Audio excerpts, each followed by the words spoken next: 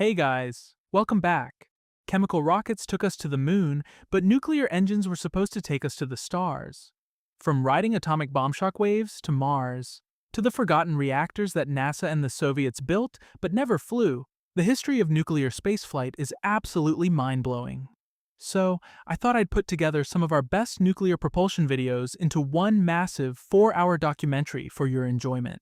Sit back, relax, and let's ignite the engine.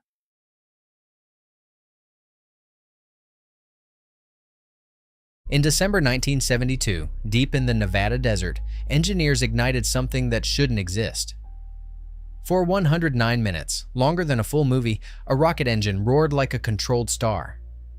Inside, uranium atoms split 93 million times per second, heating hydrogen to diamond vaporizing temperatures. The ground trembled. Radiation sensors screamed. And those watching behind blast shields 2 miles away knew. We just built humanity's bridge to Mars. This wasn't some experimental prototype. The nuclear furnace ran so perfectly, so reliably, that engineers got bored monitoring it. Yet today, this revolution gathers dust in filing cabinets, a ghost haunting NASA's archives. This is the story of NERVA, the engine that could have put your parents on Mars, and why humanity chose to forget we ever built it. Every rocket ever launched fights the same losing battle against physics. Imagine throwing a baseball to the moon with just your arm. No matter your technique, your arm can't generate enough force. That's chemical rockets trying to reach Mars. Magnificent, optimized, but fundamentally limited. The Saturn V's J2 engine, which hurled Apollo to the moon, achieved 421 seconds of specific impulse. That's your rocket's fuel economy. Seconds of thrust per pound of fuel. The Space Shuttle's engine squeezed out 453 seconds. But that's it. That's the wall. Chemical bonds in hydrogen and oxygen store only so much energy. A candy bar compared to what atoms unleash. NASA's 1969 calculations revealed the absurdity. A chemical Mars mission would need to launch 800 metric tons to orbit, 6 Saturn V launches just to wave at Mars. The spacecraft would be 85% fuel, 14% structure, and 1% humans, a massive gas tank with a tiny capsule attached. But atoms don't care about chemical limits. Inside every gram of uranium-235 lurks the energy of 3 tons of coal. While chemical rockets mix liquids, nuclear fission tears apart matter itself. The numbers weren't wishful. They were inevitable. Nuclear thermal rockets promised 825 to 900 seconds of specific impulse, double what chemistry could achieve. It was like your baseball arm could suddenly reach orbit. So, in 1955, while mushroom clouds bloomed over the Pacific, a classified program began in Los Alamos. Tame the atom not to destroy cities, but to reach the stars. Project Rover was born in the same buildings as the atomic bomb. Los Alamos Scientific Laboratory, with Manhattan Project veterans, partnered with the Air Force in 1955. Could we ride nuclear fire to space? Classification was so severe scientists couldn't tell their families what they did. They just disappeared into the desert, returning home exhausted, covered in dust that set off Geiger counters. On July 1st, 1959, humanity crossed a threshold.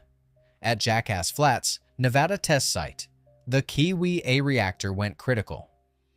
Named after the flightless bird because it would never fly, KIWIA did something unprecedented. It used nuclear fission to heat hydrogen and create thrust.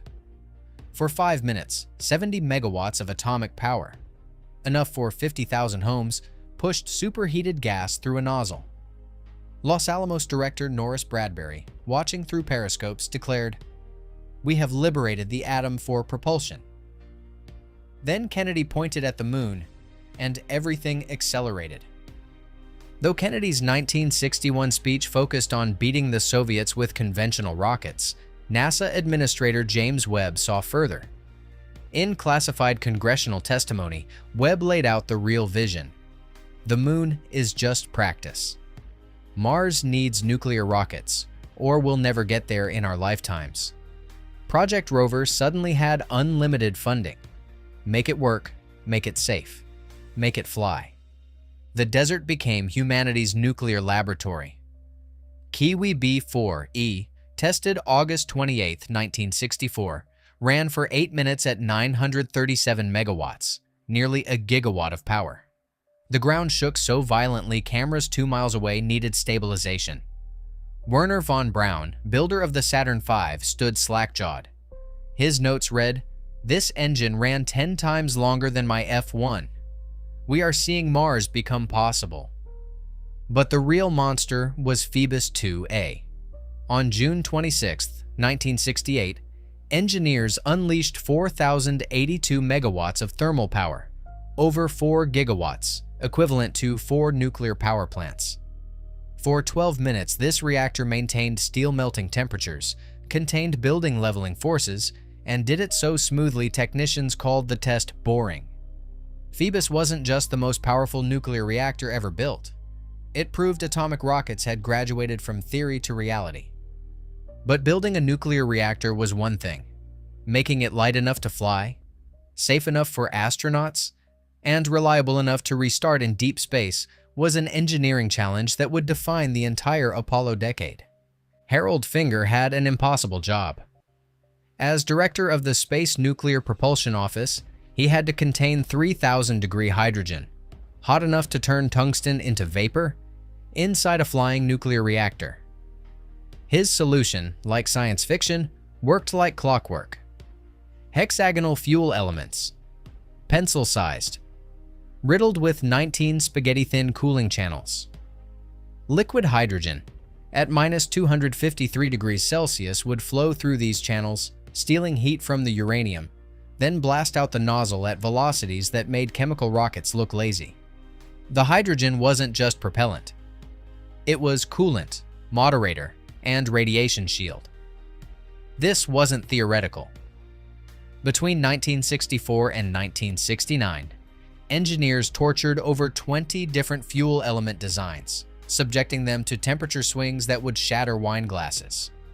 They heated them to 2,500 degrees, cooled them to absolute zero, then heated them again and again. 60 thermal cycles, each a journey from Arctic cold to solar furnace heat. On December 15, 1967, NRX A6 showed what persistence could achieve. The engine ran for 62 minutes straight, over an hour of continuous nuclear thrust. For perspective, the Saturn V's F1 engines burned for 168 seconds. NERVA ran 22 times longer, maintaining power with less than 1% variance. NASA's technical report described it with unusual emotion, unprecedented success in all parameters. But XE Prime was the masterpiece. Tested 3 days after Apollo 11 splashed down, this wasn't just a reactor. It was a complete propulsion system. Turbopumps whirred. Actuators responded. Control systems computed. On December 11, 1969, XE Prime demonstrated 28 restart cycles, throttling from quiet 20% power to full nuclear fury and back. It accumulated 115 minutes of operation, proving nuclear rockets weren't just powerful, they were practical. Program manager Milton Klein told reporters, "XE Prime is not a prototype. This is flight hardware. We could bolt this engine to a rocket tomorrow and fly to Mars. The cost for this revolution? $1.4 billion over 17 years. Less than NASA spent on the Saturn V's paint." NERVA was delivering science fiction capabilities for hardware store prices. By 1969, with XE Prime purring in the desert, NASA drew up blueprints for nuclear Mars ships. Not someday dreams, but engineering documents stamped ready for production. NASA's Integrated Program Plan, delivered to President Nixon on September 15, 1969, wasn't a wish list. It was an instruction manual for conquering the solar system. The 500-page document, buried in archives, detailed nuclear shuttles by 1978, a permanent moon base by 1980, and boots on Mars by November 1982. These were schedules based on existing hardware. The elegance was breathtaking. Replacing the Saturn V's third stage with a NERVA engine would catapult payload capacity to Mars from 30 tons to 75 tons. Imagine moving your house with a pickup versus a semi-trailer. That's the difference NERVA made. Travel time would shrink from 260 days to 180 days, meaning astronauts would absorb 30% less cosmic radiation, arriving healthier, ready to explore. Wernher von Braun became NERVA's prophet. Before Congress in November 1969, the man who sold America on the moon now preached nuclear salvation. Chemical rockets give us flags and footprints on Mars. Nuclear rockets give us cities. His team ran 10,000 computer simulations using real XE prime data. The conclusion: NERVA could deliver a complete Mars base in just 3 launches. The nuclear shuttle concept was even bolder. These atomic workhorses would live in space, ferrying cargo between Earth and Moon like orbital semi-trucks. Boeing showed each shuttle could make 10 round trips before refueling, cutting lunar base resupply costs by 68%. The Moon would become a gas station, Mars a suburb.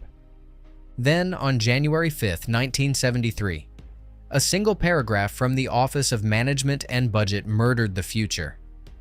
The NERVA program is terminated effective immediately. The reasoning was bureaucratic brutality. All technical objectives have been met or exceeded. The engine is ready for flight development. However, there are no planned missions requiring this capability. Senator William Proxmire, NERVA's executioner, delivered the eulogy. "We're spending millions to reach Mars while poverty exists on Earth. The nation that spent $25 billion reaching the moon couldn't find $200 million to finish the engine that would take us beyond it." NERVA died not from failure, but from succeeding at the wrong moment. But atoms have patience, and physics doesn't forget. Because 50 years later, the nuclear rocket has risen from its grave. And this time, it's brought friends. On May 25, 2019, NASA Administrator Jim Bridenstine stood at Marshall Space Flight Center and spoke words that would have seemed heresy. NASA is going nuclear. Again. The agency unveiled Draco, demonstration rocket for agile cislunar operations, targeting a nuclear thermal propulsion demonstration by 2027. After half a century of exile, the atom was returning to space. Geopolitics had shifted. In January 2019, China's Chang'e 4 landed on the moon's far side, planting their flag where no one could see it, a metaphor for their ambitions. Their roadmaps showed nuclear cargo ships supporting lunar cities by 2035. Russia announced their nuclear-powered space tug in 2018, claiming it would make chemical rockets as obsolete as sailing ships. The space race had returned. A marathon, not a sprint. Lockheed Martin won the Draco contract in July 2023, partnering with BWX Technologies, builders of reactors for nuclear submarines. Kirk Shireman, Lockheed's Lunar Exploration VP, made a startling admission. "We're not inventing anything. We're copying homework from 1972. NERVA solved every problem we're facing." The technology resurrection is remarkable. Modern TRISO fuel particles, ceramic spheres the size of poppy seeds, can withstand 1,600 degrees Celsius, solving NERVA's Achilles heel of fuel erosion. Each particle is its own containment vessel, wrapped in carbon and silicon carbide. General Atomics' new reactor design using these particles promises 900+ seconds of specific impulse, double any chemical rocket. Ultra safe. Nuclear Corporation's Michael Eads captures the irony. NERVA engineers with slide rules achieved what we're struggling to match with supercomputers. They'd weep seeing our materials. Carbide composites that laugh at temperature. 3D printing. Computer modeling. We're not surpassing NERVA. We're catching up. Which forces us to confront the equation that keeps physicists awake at night. If NERVA had continued developing for 50 years, where would humanity be today? The mathematics of lost opportunity is suffocating. NERVA was flight-ready in 1972. With continuous development, Mars cargo missions would have been routine by 1990. Permanent Mars bases with 1,000 residents were achievable by 2010. Nuclear propulsion makes asteroid mining profitable. The delta V to reach near-Earth asteroids drops from impossible to trivial. We could have been harvesting trillion-dollar rocks since the 1990s, birthing space industry.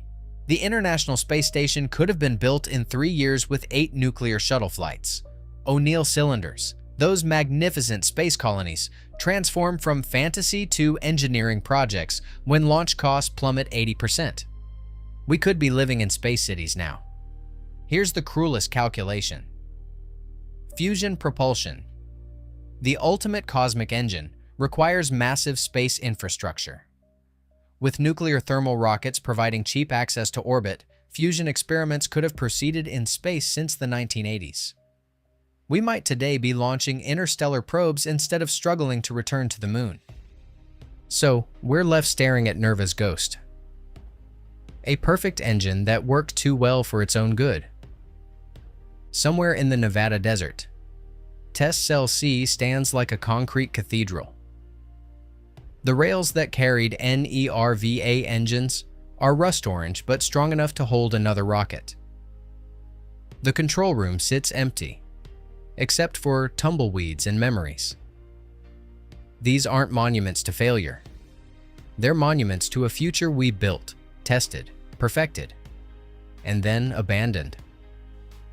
NERVA proved something profound. Barriers to human expansion aren't technological. They're psychological. We didn't abandon nuclear rockets because they failed. We abandoned them because we succeeded and then lost the courage to use our success. The engine that ran perfectly for 109 minutes in 1972 could have been pushing spacecraft to Mars by 1975. Instead, it was dismantled, studied, and filed away like a letter from a future we decided not to visit. Today, as we resurrect this technology with Draco, we're not pioneering. We're remembering. The bitter comedy is that modern nuclear thermal rockets, for all their supercomputers and miracle materials, are still trying to match what engineers achieved with slide rules and raw determination in the Nevada desert. Stan Borowski, NERVA's keeper of the flame, offers the perfect epitaph.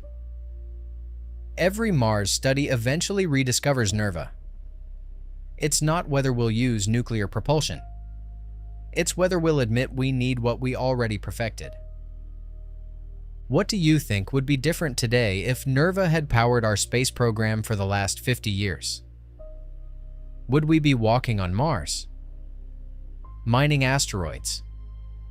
Or would we have found new ways to abandon our dreams? And now that we're bringing nuclear propulsion back from the dead, will we have the courage to use it this time? Or will we bury it again? Let me know your thoughts below. And tell me which abandoned space technology deserves resurrection next. If you want more stories of futures we threw away, hit subscribe. Until next time, keep looking up, and remember, somewhere in a filing cabinet, the blueprints for our cosmic future are waiting. If you enjoyed this story, hit subscribe for more stories where history, technology, and human ambition collide. Thanks for watching.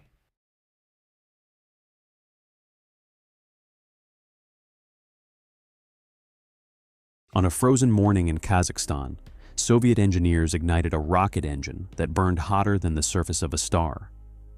The RD-0410 nuclear thermal rocket, a machine that used a live nuclear reactor as its beating heart, achieved what American scientists thought impossible: a specific impulse of 910 seconds, crushing the performance of NASA's best nuclear engine by a comfortable margin. For a brief moment, the Soviet Union had won the ultimate prize in the space race, the key to Mars and beyond. But this wasn't just a triumph of engineering. It was a gamble with consequences that could have dwarfed Chernobyl. To understand why this engine represented such a pivotal moment in the Cold War, you first need to understand what makes nuclear thermal rockets the holy grail of space propulsion. Imagine you're trying to reach Mars using conventional chemical rockets, the kind that powered the Apollo missions to the moon. You're essentially burning sophisticated kerosene or hydrogen with oxygen, creating hot gas that shoots out the back of your spacecraft. It works, but it's fundamentally limited by chemistry. The molecules can only get so hot, only move so fast, before the laws of thermodynamics say, that's it, that's all you get. Now imagine a different approach. Instead of burning fuel, you take liquid hydrogen, the lightest element in the universe, and you run it through the core of a nuclear reactor. Not near it, not around it, through it. The reactor heats that hydrogen to temperatures that would vaporize steel, turn tungsten into vapor, make diamonds sublimate into carbon gas. Then you expel that superheated hydrogen through a nozzle, and suddenly you're playing a completely different game. You've nearly doubled your efficiency. Where a chemical rocket might give you 450 seconds of specific impulse, a measure of how effectively you're converting propellant into thrust, a nuclear thermal rocket could theoretically deliver 900 seconds or more. This isn't just an incremental improvement. This is the difference between Mars being a distant dream and Mars being a destination you could reach within a human lifetime, literally. With chemical rockets, a round trip to Mars takes over 2 years, exposing astronauts to cosmic radiation, bone density loss, and psychological stress that pushes the limits of human endurance. With nuclear thermal propulsion, you could cut that time in half, maybe more. You could make Mars missions not just possible, but practical. The Americans understood this. In 1963, NASA and the Atomic Energy Commission launched the NERVA program, Nuclear Engine for Rocket Vehicle Application. Over the next decade, they would spend approximately $1.4 billion developing nuclear rocket technology. By 1969, American engineers had achieved specific impulse values between 825 and 850 seconds with their hot bleed cycle design, and were projecting 850 to 875 seconds with an improved expander cycle configuration. They built test reactors. They fired them at the Nevada test site. They proved the concept worked. But across the Iron Curtain, Soviet intelligence was watching, and what they saw both terrified and tantalized them. The space race had been defined by a series of Soviet firsts. First satellite, first human in space, first spacewalk, followed by the crushing American triumph of the moon landing. The Soviet lunar program had failed. Their N-1 rocket had exploded spectacularly, repeatedly. They needed something to restore their prestige, to prove that Soviet engineering could still lead humanity into the cosmos. Valentin Glushko, the influential chief designer at KB Energomash, saw nuclear thermal propulsion as that opportunity. Here was a technology still in its infancy, where American advantages in computing and miniaturization mattered less than raw engineering prowess and a willingness to take risks. If the Soviet Union could build a superior nuclear rocket engine, they could leapfrog American technological advantages and make Mars missions feasible within budget constraints that wouldn't bankrupt the state. The Americans had shown it was possible. The Soviets would show it could be perfected. But Glushko faced fierce resistance. Chemical rocket engineers, the establishment that had built the R-7, launched Sputnik, sent Gagarin into orbit, dismissed nuclear propulsion as too dangerous, too expensive, too far from practical deployment. Why chase this fever dream when proven chemical rockets could still accomplish so much? The debates within Soviet design bureaus grew heated. Nuclear propulsion was unproven. It was reckless. It was exactly the kind of technological moonshot that could destroy careers and waste resources that could be better spent on incremental improvements to existing systems. Then intelligence reports confirmed NERVA's progress. The Americans weren't just theorizing. They were building hardware, conducting tests, achieving results. Political pressure mounted from the highest levels of Soviet leadership. The Soviet Union could not afford to fall behind in yet another space technology. Not after the moon. Not when the propaganda value of being first to Mars could reshape the global perception of socialist technological superiority. The project received official approval. The man chosen to lead the technical development was Nikolai Konyukov, a brilliant engineer at KBKHA Voronezh. Konyukov was a perfectionist, someone who understood that the difference between a functioning nuclear rocket and a radioactive catastrophe lay in the precision of every weld, every calculation, every materials choice. He was also acutely aware that he was being asked to solve problems that had stymied the best American engineers, and he was being given less money and less time to do it. The challenge was brutally simple in concept, nightmarishly complex in execution. A nuclear thermal rocket requires a reactor core that can operate at temperatures exceeding 3,000 Kelvin while being bombarded by its own neutron flux, cooled by cryogenic hydrogen flowing at high pressure, and controlled precisely enough that it doesn't melt down or explode. The fuel elements, the actual uranium-containing rods through which the hydrogen flows, must maintain their structural integrity under conditions that would destroy almost any known material. The American NERVA program had struggled with fuel element cracking. Their designs used a graphite matrix with uranium carbide particles, and while this worked for short test firings, the thermal stress and neutron bombardment caused microscopic cracks that propagated over time. If a fuel element failed catastrophically during operation, you could have a partial reactor meltdown combined with a hydrogen explosion. Not ideal for a spacecraft. Konyukov's team at KBKHA Voronezh, working with nuclear physicists from the Kurchatov Institute, developed an innovative solution. Instead of copying NERVA's approach, they would learn from its weaknesses.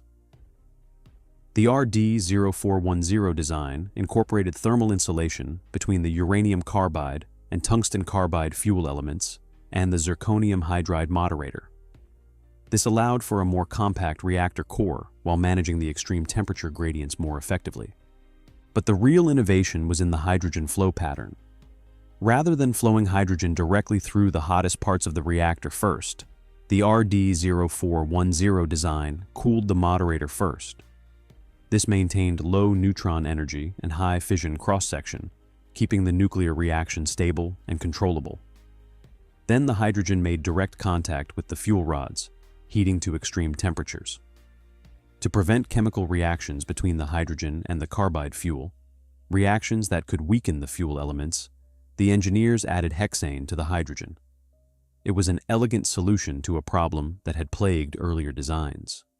The target specifications were ambitious but achievable. 35.2 kilonewtons of thrust, 910 seconds of specific impulse, and an operational lifetime of 1 hour, 3,600 seconds of continuous burn time. That might not sound like much, but for deep space maneuvers, an hour of thrust from a nuclear engine could accomplish what would take days or weeks with chemical propulsion. The theoretical work was brilliant. The engineering was sound, but theory and practice are separated by a chasm that can only be crossed through testing, and testing a nuclear rocket engine requires facilities that most nations cannot even contemplate building. The chosen location was the Semipalatinsk test site in Kazakhstan, a vast expanse of steppe that had already been contaminated by hundreds of nuclear weapons tests. If anywhere on Earth could be considered expendable for nuclear experimentation, this was it. The test stand was a massive concrete and steel structure, engineered to contain, theoretically, even a reactor meltdown. Radiation monitoring stations ringed the facility in concentric circles, their sensors calibrated to detect the slightest anomaly in neutron flux or gamma radiation. But as Konyukov's team prepared for actual testing, they confronted an uncomfortable truth. They were operating at the edge of human knowledge.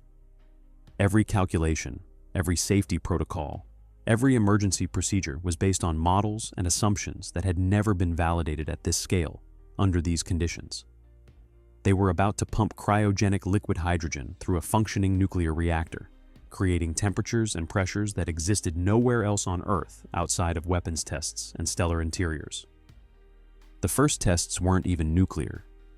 Before you dare to achieve criticality, you run cold flow tests, pumping hydrogen through the system without initiating the nuclear reaction, checking for leaks, validating your instrumentation, making sure the basic plumbing works. These should be routine. They should be safe. They were anything but. The reality of working with liquid hydrogen at these scales and pressures proved far more treacherous than the models predicted. Hydrogen is the smallest molecule. It finds leaks that would contain any other substance. It diffuses through materials that seem solid, and when it mixes with air and finds an ignition source, it explodes with terrifying efficiency. The engineers knew this intellectually, but knowing something in theory and experiencing it in practice are entirely different things. Despite the setbacks, despite the growing awareness that they were dancing on the edge of catastrophe, political pressure demanded results. The program had consumed enormous resources. The leadership wanted vindication, and in 1985, the RD-0410 would finally face its ultimate test, a full-power nuclear burn that would either validate years of work or confirm the skeptics' worst fears. Konyukov watched from the control bunker, separated from the test stand by thick concrete and several kilometers of contaminated steppe. His life's work was about to be validated or destroyed.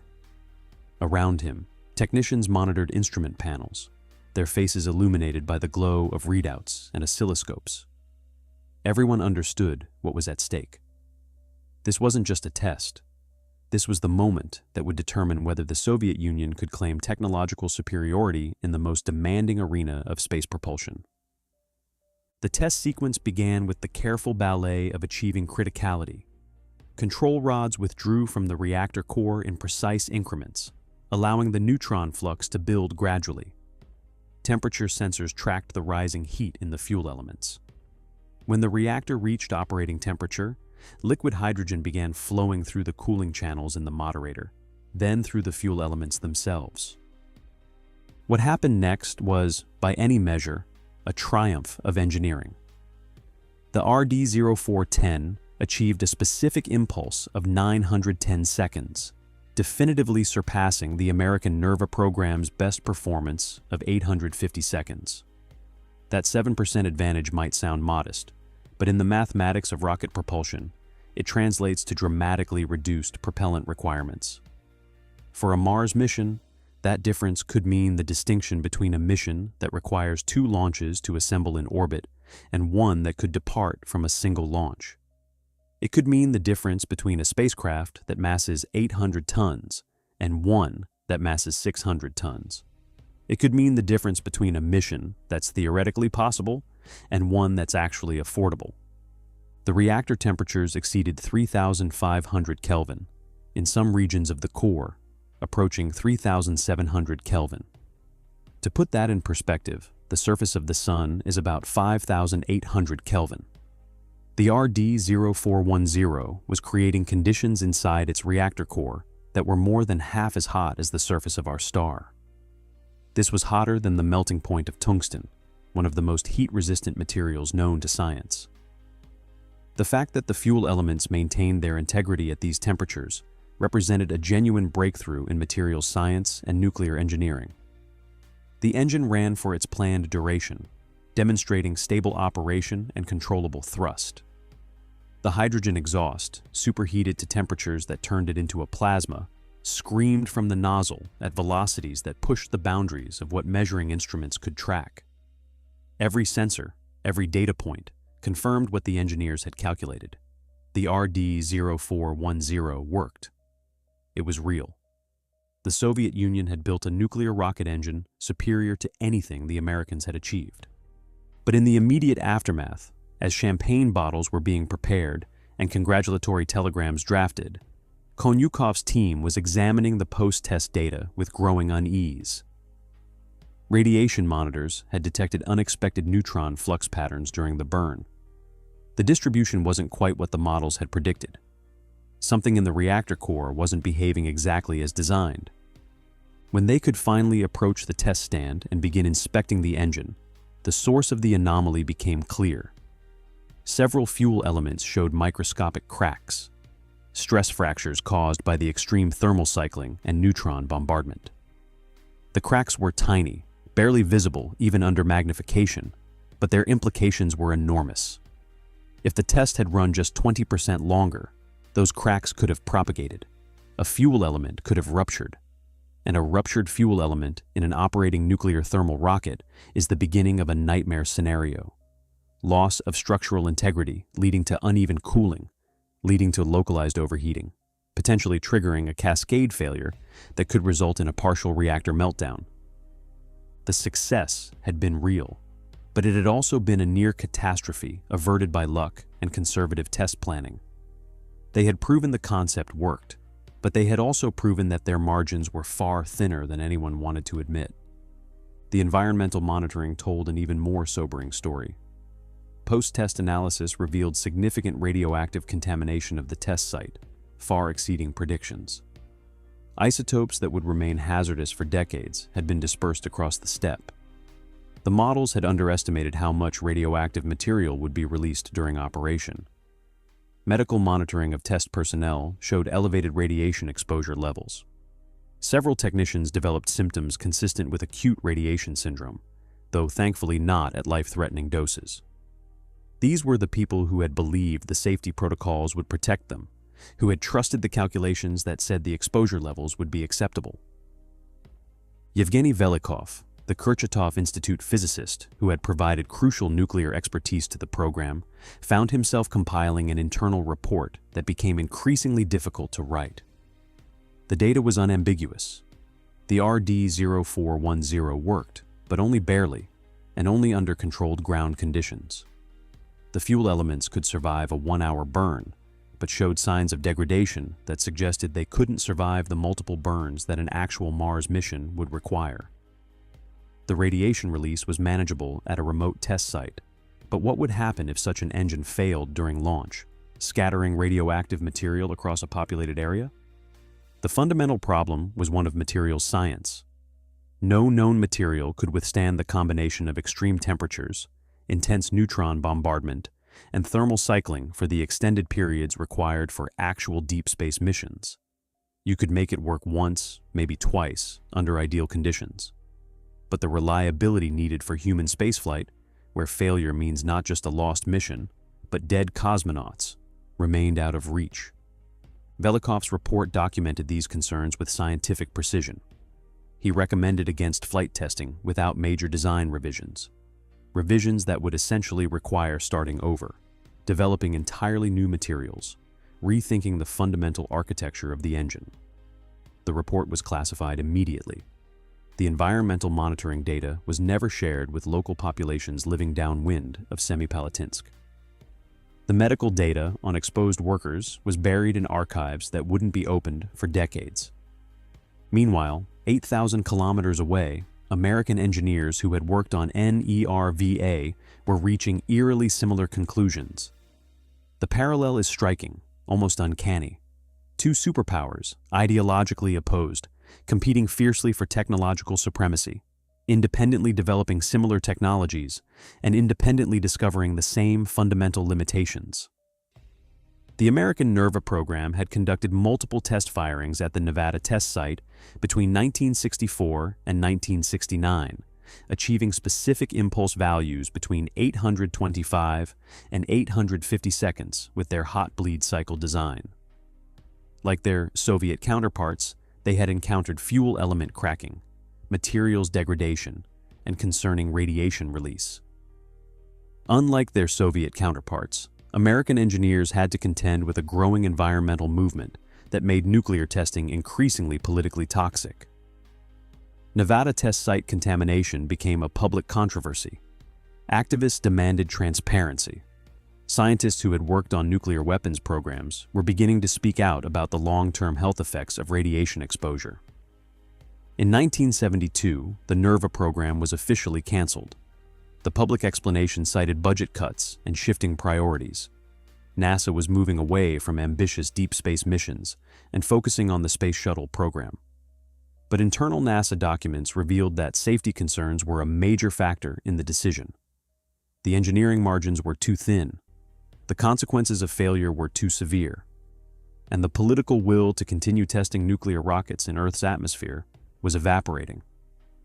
The Soviet program continued for more than a decade after NERVA's cancellation, but it was following a parallel trajectory toward the same conclusion. The laws of physics and materials science don't care about political systems. Both sides hit the same technological wall. Both sides discovered that while nuclear thermal rockets could work in principle, the gap between principle and practice was filled with radioactive hazards, materials science challenges, and safety concerns that couldn't be wished away through ideological conviction or national pride. The RD-0410 represented the pinnacle of Soviet nuclear rocket development. It achieved specifications that exceeded American capabilities. It demonstrated that Soviet engineering could match and surpass Western technology in one of the most demanding fields of aerospace development. But it also demonstrated the limits of what Cold War-era technology could safely accomplish. The Kurchatov-Mars 1994 mission concept, a nuclear thermal rocket-powered spacecraft that would carry cosmonauts to Mars and back, remained on the drawing boards. The engine existed, the test data existed, the political will existed, but the fundamental problems remained unsolved. How do you make fuel elements that can survive multiple burn cycles? How do you ensure that a launch failure doesn't scatter radioactive debris across a wide area? How do you convince the international community that launching nuclear reactors into space is acceptable? These questions didn't have good answers in 1985, and the collapse of the Soviet Union in 1991 ensured they wouldn't be answered by the program that had come so close to making nuclear space propulsion a reality. The RD-0410 program was quietly terminated. The test data was classified. The engines that had been built were placed in secure storage. The engineers moved on to other projects or retired, carrying with them the knowledge of what they had achieved and what they had narrowly avoided. Today, the RD-0410 exists in a strange liminal space in the history of space exploration. It was a genuine technological achievement, a machine that worked, that exceeded its design specifications, that demonstrated capabilities that remain impressive even by modern standards. But it was also a cautionary tale about the dangers of pushing technology faster than our ability to control it safely, about the environmental and human costs of Cold War competition, about the gap between what we can build and what we should build. The dream of nuclear thermal propulsion hasn't died. Modern programs are revisiting the concept, armed with better materials science, more sophisticated modeling, and a deeper understanding of the challenges.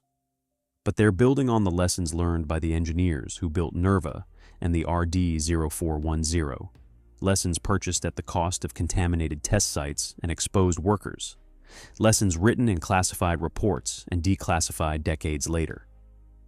The Soviet nuclear rocket that beat America was real. It worked. It represented a genuine triumph of engineering and scientific ambition. But it also revealed a truth that transcends Cold War politics. Some technologies are so powerful, so dangerous, that building them successfully is only the first challenge. The harder challenge is building them safely enough that we can actually use them. And in 1985, on a frozen morning in Kazakhstan, Soviet engineers discovered that they had won the race to build the better nuclear rocket, but they hadn't yet solved the problem of how to fly it without gambling with consequences that could dwarf any triumph. If you enjoyed this story, hit subscribe for more stories where history, technology, and human ambition collide. Thanks for watching.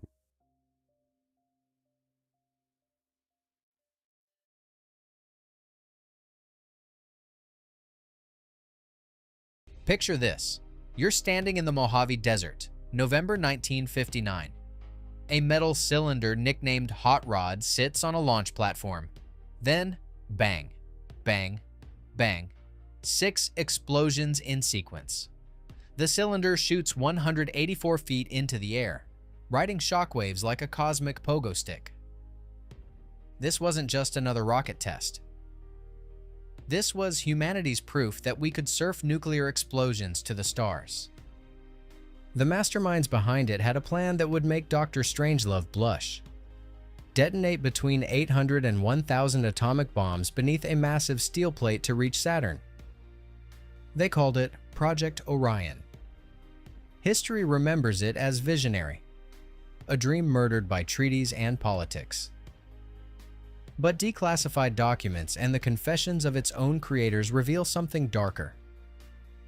This is the real account of how America's brightest minds almost turned nuclear Armageddon into a travel itinerary. The mathematics seduced them first.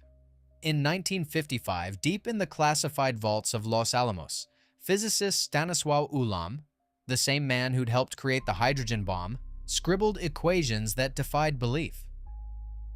Nuclear explosions, he calculated with mathematician Cornelius Everett, could propel a spacecraft with efficiency that made chemical rockets look like firecrackers. By 1958, this fever dream found its prophets. Ted Taylor, a nuclear weapons designer who'd birthed both the smallest and most devastating fission bombs America ever tested, understood atomic fury like a vintner knows wine. He'd created the 50-pound Davy Crockett warhead and the half-megaton super-oralloy bomb. Freeman Dyson, the theoretical physicist from Princeton who'd already unified quantum mechanics, brought academic legitimacy. Together at General Atomics in San Diego, they engineered the unthinkable. Picture their design: a massive steel plate, thick as a bank vault door, hanging beneath your spacecraft. Connect it with shock absorbers the size of buildings. Now, every second, toss a nuclear bomb out the back. Boom. The blast slams into the plate. The shock absorbers compress like God's own springs. The ship lurches forward. Repeat 1,000 times. The performance numbers seemed pulled from science fiction. Specific impulse. Think of it as your rocket's miles per gallon would hit 6,000 seconds. Chemical rockets? A pathetic 450. Imagine comparing a Formula One race car to a horse-drawn wagon, then multiply that difference by 10. A single Orion launch could hoist 1,600 tons to orbit. The mighty Saturn V that took us to the moon? It managed 140 tons, less than a tenth. Mars in 4 weeks instead of 9 months. Saturn's moons within a single human lifetime. Alpha Centauri, our nearest star, reachable in 130 years instead of 40,000. But this wasn't fantasy. On that November day in 1959, Hot Rod proved the concept with conventional explosives standing in for atomic bombs. 6 sequential blasts, 184 feet of altitude. The physics worked. The engineering was sound. So why aren't we commuting to Jupiter on nuclear explosions today? The answer came from Freeman Dyson himself, delivered in a calculation that would haunt him forever. In 1959, as Hot Rod validated their dreams, Dyson ran the numbers nobody wanted to see. Each Orion launch from Earth's surface would kill between 0.1 and 1 person worldwide from radioactive fallout. Let that sink in. Every single launch, a statistical death sentence for someone somewhere. Think of it this way. You're planning a trip to Mars. Before you leave, you spin a globe, close your eyes, and throw a dart. Wherever it lands, maybe a farmer in Nebraska, perhaps a child in Mumbai, that person dies of cancer so you can ride nuclear explosions to space. Would you still go? Dyson later explained their Cold War logic with chilling honesty. We were comparing this with nuclear war, where hundreds of megatons would kill billions. By those standards, a few statistical deaths seemed acceptable. But here's what those sanitized statistics really meant. Each ground launch required 800 to 1,000 nuclear detonations in rapid sequence, starting at ground level. Imagine setting off the entire Cold War nuclear testing program, concentrated in one spot in under 10 minutes. The radioactive cocktail wouldn't respect borders. Strontium-90, with its 29-year half-life, would settle into soil and accumulate in bones. Cesium-137 would contaminate crops for decades. Iodine-131 would concentrate in milk, targeting children's thyroids. The same isotopes that had driven mothers to protest atmospheric testing would rain down with every launch. Picture the milk recalls of the 1960s. Thousands of gallons dumped because of fallout from distant nuclear tests. Now multiply that by weekly Orion launches. Every glass of milk, every slice of bread, every breath of air becomes a game of radioactive roulette. By late 1959, this realization shattered Dyson's enthusiasm. The man who'd provided Orion's theoretical foundation now saw it clearly. They were planning to poison the planet one launch at a time. He considered even one death too high a price for reaching the stars. Therefore, the same year they proved Orion could fly, its chief theorist began backing away. Not because it wouldn't work, but because it would work exactly as designed, seeding death with every journey skyward.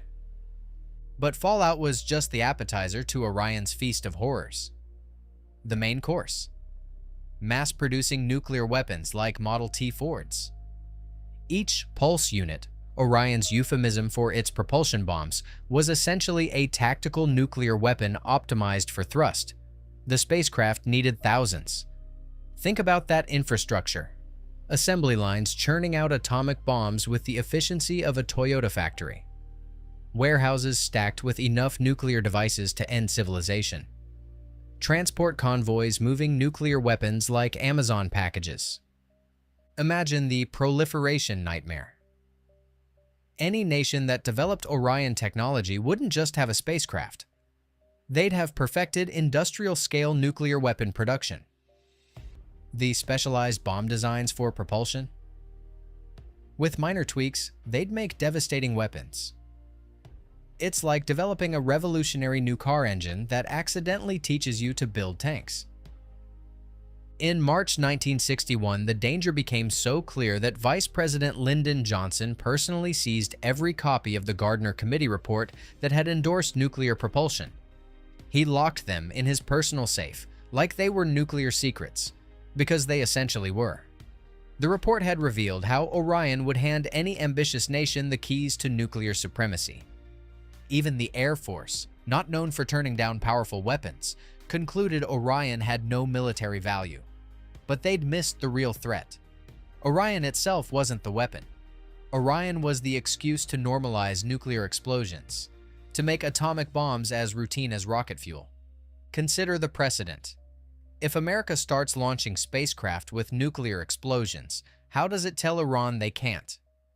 If peaceful nuclear explosions become acceptable, where's the line? Today it's spacecraft. Tomorrow it's excavation. Next week someone's using nukes to mine asteroids, or to hold the world hostage from orbit. Therefore, Orion represented a Pandora's box that, once opened, would transform nuclear weapons from civilization-ending deterrents into everyday tools, a normalization that could never be reversed. Even if we swallowed the fallout, even if we ignored proliferation, there remained a problem that would make any engineer's blood freeze: controlling a barely contained nuclear chain reaction while riding it to space. The pusher plate, Orion's signature innovation, had to endure hell itself. Each nuclear blast would hit it with temperatures of 67,000 degrees Celsius. That's 11 times hotter than the surface of the sun, delivered in microseconds. The proposed solution: slather the plate with graphite grease between blasts, like you're buttering toast between hammer strikes from Thor. Tests with conventional explosives showed promise. But nuclear explosions play by different rules. Neutron bombardment would transmute the steel itself, making it brittle in unpredictable ways. One microscopic crack, one fatigue fracture invisible to inspection, and the next blast vaporizes your spacecraft, along with the 800 unexploded nuclear weapons still in the magazine. But here's the nightmare that kept even Orion's advocates awake: launch failure. Unlike chemical rockets that burn fuel as they rise, Orion would carry its entire nuclear arsenal from the ground. Picture this. You're 3 minutes into launch. 500 nuclear bombs already detonated. 500 more waiting. A shock absorber fails. The spacecraft tumbles. What happens to those 500 unexploded nuclear weapons when they hit the ground at supersonic speed? Best case, they scatter like radioactive confetti across hundreds of square miles. Worst case, sympathetic detonations create a nuclear groundburst orders of magnitude worse than any bombing in history. There's no abort system. You can't recall nuclear bombs mid-flight like you'd cut a rocket engine. Ted Taylor, Orion's driving force, would later confess, "We were captivated by technical sweetness. The whole thing had gone out of control. Massive.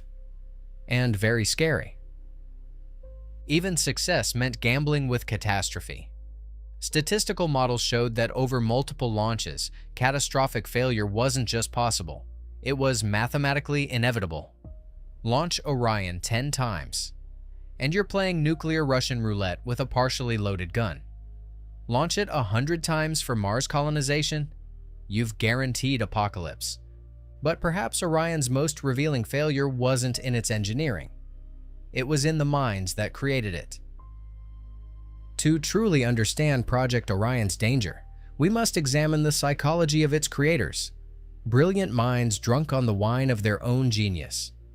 Ted Taylor spent the 1950s at Los Alamos designing instruments of annihilation. During his daughter's birth in 1950, while his wife labored, Taylor sat in the waiting room drawing blast radius circles on maps of Moscow, frustrated that even his 500-kiloton super Oralloy bomb couldn't erase the entire city. He later recalled feeling possessive about his weapons. "My SOB, super Oralloy bomb, my bomb." This was a man who saw nuclear explosions not as humanity's darkest achievement, but as tools in his workshop. Freeman Dyson brought Princeton's prestige to this atomic fever dream, taking sabbatical to work on Orion. Years later, he'd admit, "We were all optimists. Sure, we could make it work." They ignored the uncontrollable, the unpredictable, the fundamentally chaotic nature of writing nuclear explosions. This wasn't isolated madness. It was systemic. The same era that birthed Orion also produced Project Plowshare, which proposed using nuclear bombs to dig canals, extract oil, and reshape continents. Edward Teller, father of the hydrogen bomb, wanted to nuke Alaska to create an artificial harbor. These weren't fringe ideas from crackpots. These were serious proposals from civilization's brightest minds. The atomic priesthood had developed its own morality, divorced from human consequence. In their equations, a statistical death was just a variable to minimize. Radioactive contamination became an acceptable trade-off. They'd become so intoxicated with solving technical problems, they'd forgotten to ask whether the problems should be solved at all. Years later, Taylor would write about his changes of heart, describing the slow realization of what he'd helped create. Dyson would call Orion the greatest moral failure of his career.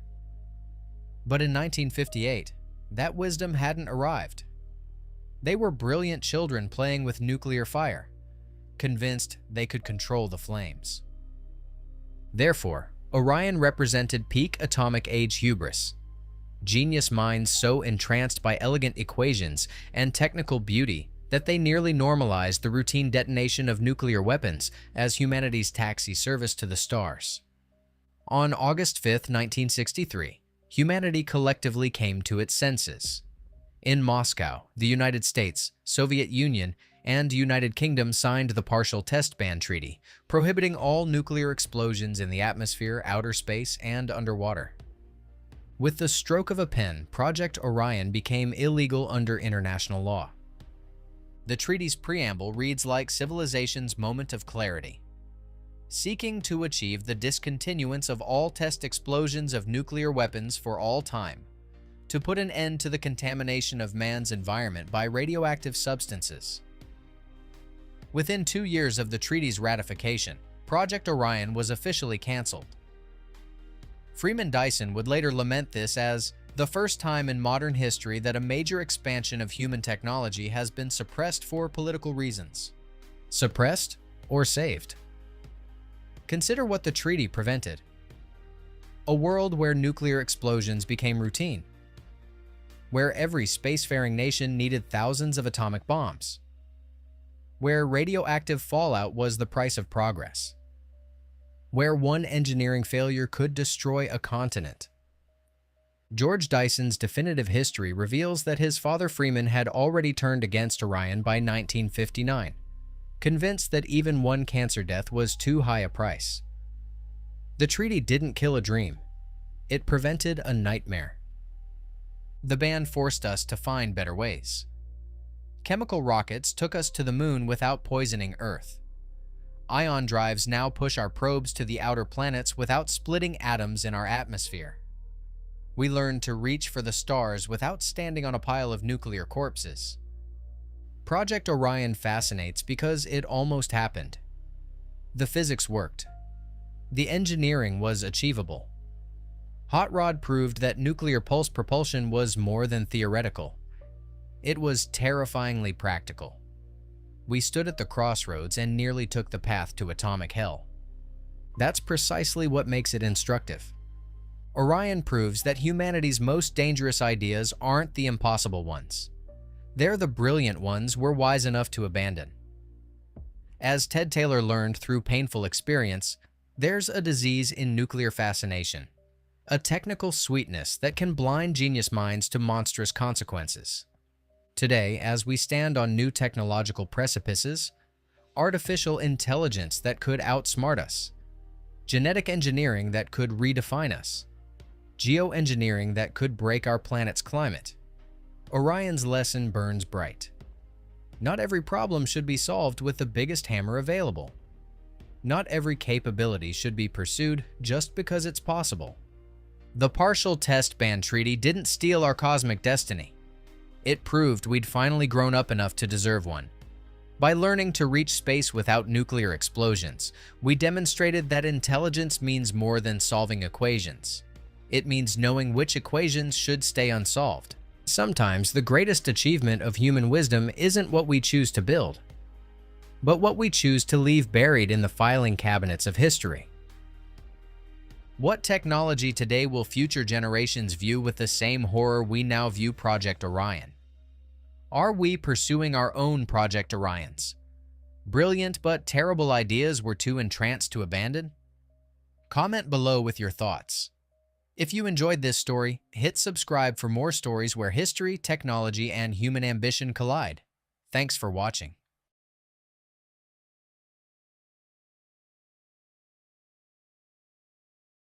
In 2003, just months after the Columbia disaster shook NASA to its core, the agency unveiled an ambitious plan. A school bus-sized spacecraft powered by a nuclear reactor that would generate more electricity than all previous planetary missions combined.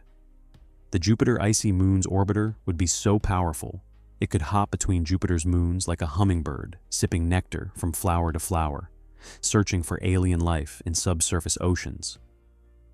2 years later, it was dead, canceled to fund another program that would also be canceled. This is the story of how NASA resurrected a Cold War dream, only to watch it die the exact same death, proving that some lessons are never learned. The question isn't whether we can build a nuclear spacecraft. It's whether we can ever escape the gravitational pull of our own politics long enough to actually launch one. Picture this. It's 2003, and while the nation mourns Columbia, a small team at the Jet Propulsion Laboratory is sketching plans for a spacecraft that would make the Apollo program look quaint. They're not just designing a machine to visit Jupiter's moons. They're designing one that will move in with them. They called it the Jupiter Icy Moons Orbiter, and on paper, it was magnificent. At 20,000 kilograms fully fueled, imagine 4 full-grown elephants strapped to a rocket. JIMO would be one of the most massive planetary spacecraft ever conceived. A flying laboratory powered by something NASA hadn't touched in 3 decades, a nuclear reactor. But not the plutonium batteries that had powered Voyager and Cassini with their modest hundreds of watts, barely enough to run a few light bulbs. No, this was a full-fledged fission reactor generating between 100 and 200 kilowatts of electrical power. Enough to run a small neighborhood. Enough to power a high school. Orders of magnitude more than any previous deep space mission, all focused on a single audacious goal, answering whether we're alone in the universe. Because here's what drove Charles Alaki and his team at JPL forward. The National Academy of Sciences had made it clear that Europa, Ganymede, and Callisto weren't just frozen rocks. They harbored subsurface oceans, liquid water, potential habitats for life. And reaching them, really studying them, exceeded the capabilities of any solar-powered mission humanity could build. Think about it this way. Jupiter orbits 5 times farther from the Sun than Earth does. That means sunlight there is 25 times weaker. Not 5 times, but 5 squared. Solar panels that could power a spacecraft in Earth orbit become as useful as a flashlight in a cave. You're working in permanent twilight, trying to run a flying laboratory that needs to operate for a decade without maintenance, in the most hostile radiation environment in the solar system. Solar power wasn't just impractical, it was impossible. This is where JIMO became something more than a spacecraft. It became a hummingbird designed to sip nectar from 3 different flowers in the deadliest garden in the solar system. The nuclear reactor would feed high-power ion engines with a delta-VI budget exceeding 10 kilometers per second. That's over 22,000 miles per hour of maneuvering capability. Enough to perform unprecedented orbital gymnastics, spiraling from moon to moon like a cosmic ballet dancer, each movement precise, each destination months of intensive study. Scientists like Robert Pappalardo envisioned a mission that wouldn't just fly by these worlds at 30,000 miles per hour, stealing a few precious hours of data like a thief in the night.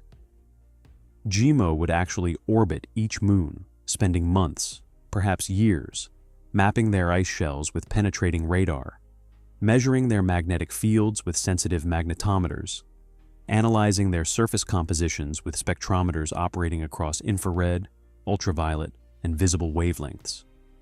Every wavelength of light would become a different pair of eyes, each one revealing secrets invisible to the others.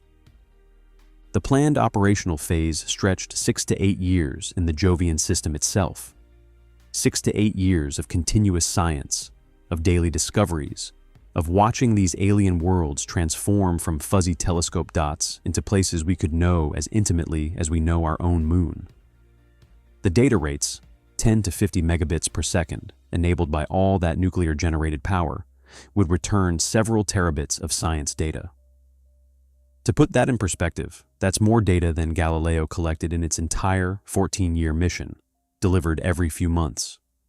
Every instrument, every system, every line of code was designed around a single premise: that with unlimited power, humanity could finally answer whether we're alone. The engineers weren't just building a spacecraft, they were building a key to unlock doors we'd been staring at for decades. On paper, JIMO was perfect. The reactor would provide unlimited power. The ion engines would provide unlimited maneuverability. The instruments would provide unlimited science. But there was a problem that everyone knew, but few wanted to acknowledge. NASA had tried this before. In the 1960s, Project NERVA developed nuclear rocket engines that worked perfectly. Then Congress killed the program anyway. The engineers pushing JIMO forward were either unaware of this history or believed things would be different this time. They were wrong. Here's what the glossy mission brochures didn't show: the late-night meetings where engineers admitted they didn't know if their reactor could survive a decade in deep space. The simulations that kept showing the high-voltage systems arcing in ways that could fry the entire spacecraft. the growing realization that they were trying to build a nuclear power plant that could fly. Jupiter's radiation environment is a monster. Imagine standing next to an industrial X-ray machine, the kind they use to inspect welds and steel beams, except it's running continuously, and you can never turn it off or step away. Now imagine that machine is the size of a planet. That's Jupiter's magnetosphere. Magnetic fields and particle belts so intense they make Earth's Van Allen belts look like a gentle breeze. The Galileo spacecraft, which orbited Jupiter from 1995 to 2003, was heavily shielded and still barely survived, its electronics slowly degrading with each orbit like a fighter taking body blows round after round. JIMO's designers knew they'd need unprecedented shielding, thick aluminum vaults to protect the avionics, radiation-hardened electronics that had never been tested at this scale. But shielding was only half the problem. That nuclear reactor, churning out 100 to 200 kilowatts of continuous power, would generate waste heat that had to go somewhere. The solution? Deployable radiators capable of rejecting over 100 kilowatts of thermal energy.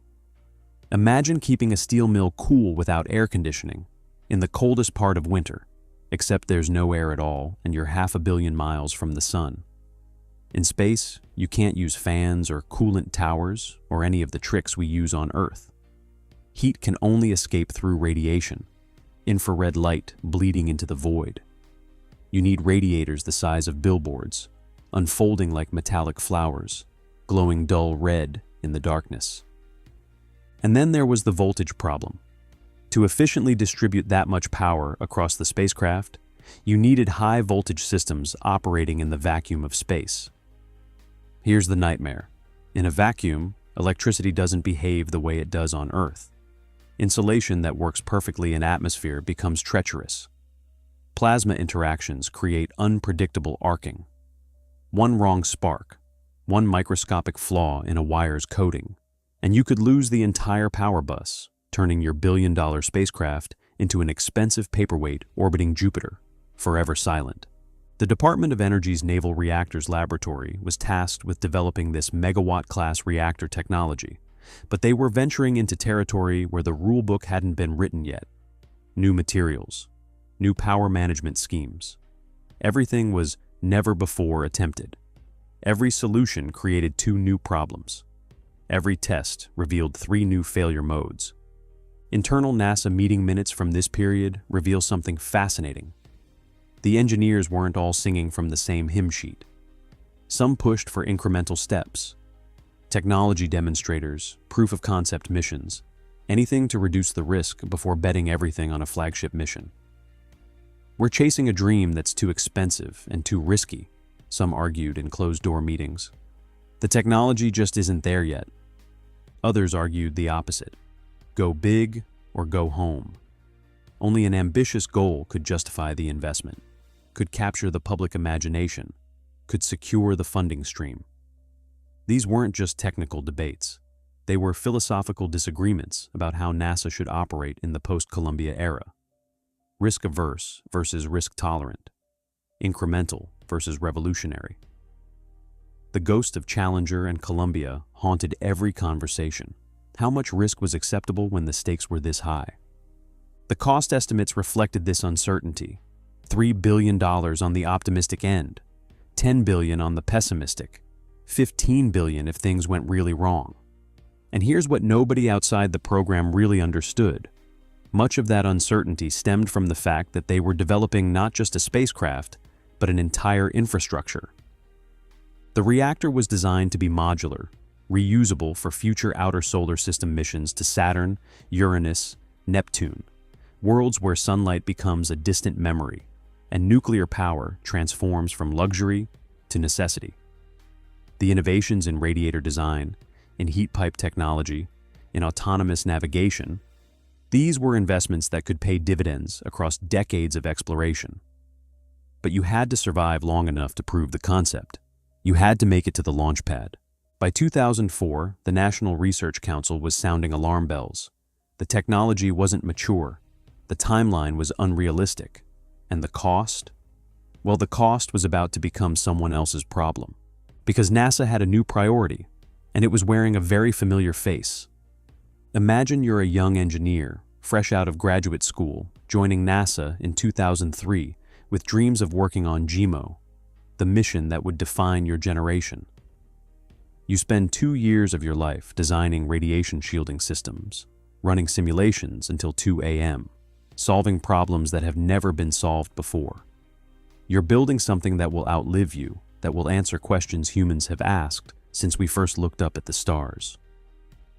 Then you walk into work one morning in February 2005, and it's over. NASA officially canceled JIMO. The cancellation significantly impacted the team. The official reason? Budgetary constraints and programmatic priorities. Bureaucratic language for, "We found something more politically popular." The Constellation program had arrived.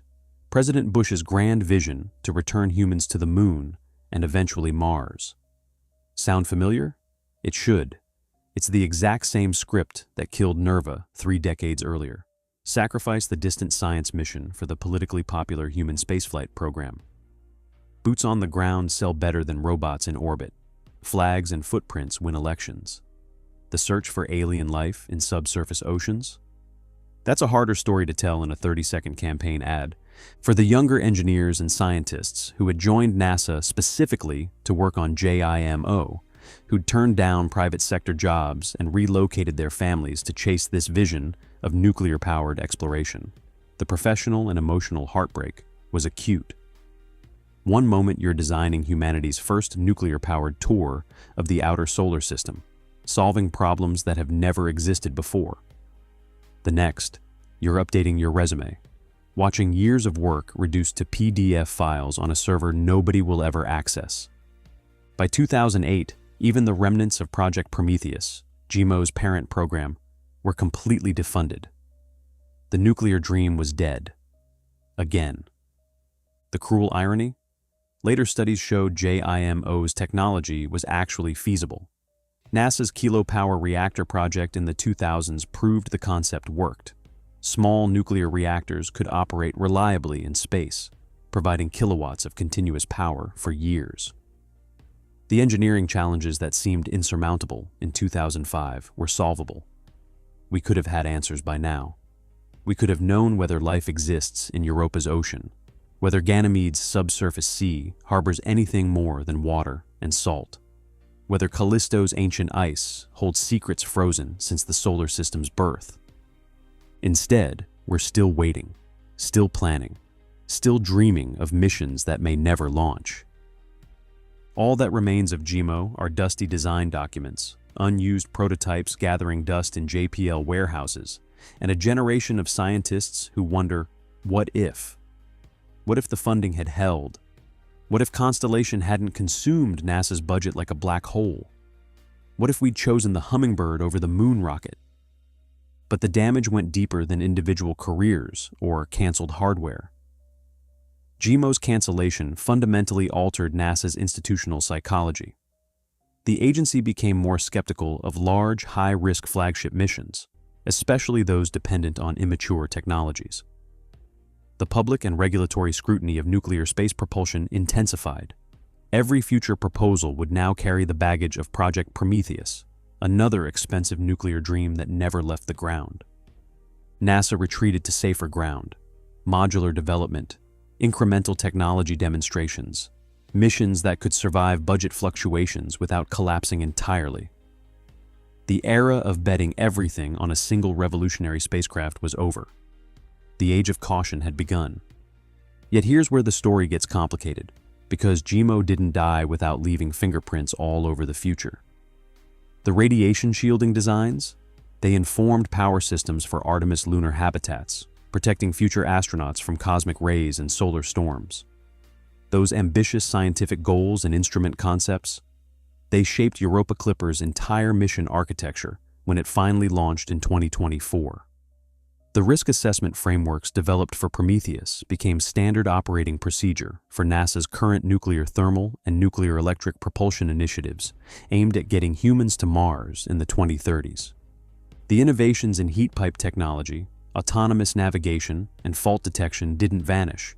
They migrated, evolved, found new homes in missions that could actually fly. JIMO became a ghost, but a productive ghost, haunting every subsequent mission with whispers of what might have been and lessons about what not to do. Europa Clipper represents a different approach, utilizing solar power and flybys to mitigate the risks and costs associated with a nuclear-powered orbiter, like JIMO. It's solar-powered, not nuclear. It flies by Europa dozens of times instead of orbiting for years.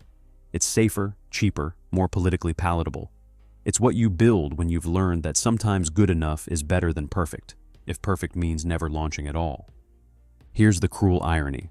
The Constellation program that killed JIMO canceled in 2010. 5 years of work, billions of dollars spent, and nothing to show for it except another lesson that apparently nobody learns. We traded the Hummingbird for a moon rocket that never flew, sacrificing the possible for the politically expedient. Meanwhile, the same type of reactor technology that could have unlocked the secrets of Europa in the 2010s is now being proposed again for Mars missions in the 2030s. We're still drawing the same blueprints, still having the same debates, still making the same promises. Different decade, different destination, same cycle, initial enthusiasm, technical challenges, cost overruns, political shift, cancellation. The only question is whether this time will be any different. We began with the promise of a revolutionary spacecraft that would unlock the secrets of alien life. But we've discovered something far more sobering. The greatest barrier to space exploration isn't engineering. It's us. JIMO's failure wasn't about technology. The reactor could have worked. The shielding could have been built. The ion engines could have spiraled between those moons like a cosmic ballet. The science was sound. The engineering was feasible. The only thing that failed was our collective will to see it through when the political winds shifted. The same forces that killed NERVA in the 1960s killed JIMO in the 2000s, and they're still killing ambitious missions today. Until we solve the problem of political gravity, until we learn to commit to long-term scientific goals that outlast election cycles and budget negotiations, our boldest dreams will keep dying on the launch pad. Somewhere in the Jovian system, beneath miles of ancient ice, an alien ocean might be teeming with life, waiting for us to ask the question we've been too distracted to ask. JIMO could have given us the answer. Instead, it's just another ghost, haunting the graveyard of missions that could have changed everything. The technology was ready. The science was sound. We just weren't ready for ourselves. And that's the most terrifying discovery of all, that the final frontier isn't out there among the stars. It's right here, in the space between our ambitions and our willingness to pay for them, between what we dream and what we're willing to sacrifice to make those dreams real, between the hummingbird we could have built and the compromises we chose instead. Europa Clipper launches in 2024, NASA's latest attempt to study Jupiter's icy moons, though without JIMO's nuclear power or ability to orbit multiple moons. Will it make it, or will it join JIMO in the graveyard of canceled dreams? What mission do you think NASA should prioritize, and what would you be willing to sacrifice to make it happen? The cosmos is full of mysteries, but sometimes the biggest mystery is why we keep making the same mistakes. If you enjoyed this story, hit subscribe for more stories where history, technology, and human ambition collide. Thanks for watching.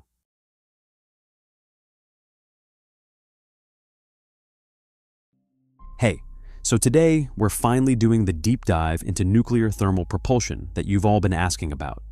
And look, if you've played Kerbal Space Program, you know these engines. They're amazing. But here's the thing that blows my mind. A lot of people think nuclear rockets are pure science fiction. They're not. We actually built and tested these things. We just never launched them. Let me take you back to 1962. Kennedy's standing before Congress, basically saying, "Hey, give us money so we can go to the moon and maybe win this space race thing." But here's what most people forget. The moon wasn't the only thing on his list. Additionally, $23 million combined with $7 million already allocated will accelerate development of the rover nuclear rocket. He asked for communication satellites, weather satellites. We got all of those. The nuclear engines, they got built, they got tested, they just never flew. And it wasn't because of some impossible physics problem or engineering nightmare. Nope. Politics killed it. The Nixon administration rolled around in the early 70s and basically said, we're not doing another giant space thing. So they axed the technology that would have gotten us to Mars. Just like that. There was a little comeback in the 80s. Some strategic defense initiative research brought it back briefly. But then, silence. For decades. But now things are getting interesting again. There's this mission called Draco, demonstration rocket for agile cislunar operations, and it's supposed to fly to high Earth orbit before the decade's out. Actually fire up a nuclear thermal engine in space. So yeah, I want to walk you through what these engines actually are, why they're better than regular rockets in some ways, and what problems we still need to solve. Okay, so the first real concept for a nuclear rocket came from Val Cleaver and Leslie Shepard back in 1948. They published these papers through the British Interplanetary Society, laying out the basics. And this was when reactors were mostly just for research or making plutonium for bombs. Pretty wild timing. Here's how nuclear thermal rockets work at the most basic level. You've got a nuclear reactor. It heats up propellant. That propellant shoots out a nozzle and pushes you forward. Simple enough, right? Chemical rockets do something similar, except instead of nuclear heat, you're getting heat from a chemical reaction. And at the atomic scale, chemical energy is really just electrons doing their thing, jumping around between atoms, electromagnetic force stuff. All of chemistry basically comes down to electron clouds interacting. Now don't get me wrong, chemical engines can be absolutely incredible. But there's a ceiling on how much specific impulse you can squeeze out of a chemical reaction. The best thing we commonly use is hydrogen and oxygen. Sure, on paper, hydrogen and fluorine would be a bit better, but you're taking on a ton of extra risk for not much payoff. Fluorine is nasty stuff. Nuclear energy, though? That's protons and neutrons in the nucleus interacting through the strong nuclear force. Way more powerful. That's why nuclear reactions release so much more energy than chemical ones. But wait, that only explains why nuclear bombs are more powerful than chemical explosives. Doesn't really tell us why nuclear rocket engines are better, does it? So here's the deal. Two things define rocket engine performance: how much thrust you get, and how efficiently you generate that thrust. Specific impulse. You've probably heard of ion thrusters. They get like 10 times the specific impulse of chemical engines. Super efficient, but they need tons of electrical power and produce almost no thrust. Nuclear thermal engines, they're kind of in a sweet spot. About twice the specific impulse of chemical engines, but with real thrust, comparable to an upper stage engine. Not enough to lift off from Earth. You still need chemical rockets for that. But once you're in space, you can make big moves fast and use half the propellant. That's huge. Both chemical and nuclear engines work by pushing hot gas through a nozzle. What you want is the fastest possible particles in that gas. And without boring you with kinetic theory derivations, particle speed depends on the square root of temperature divided by molecular mass. So, hotter exhaust, GIR, more efficient. Lighter molecules, GIR, more efficient. Here's where it gets interesting.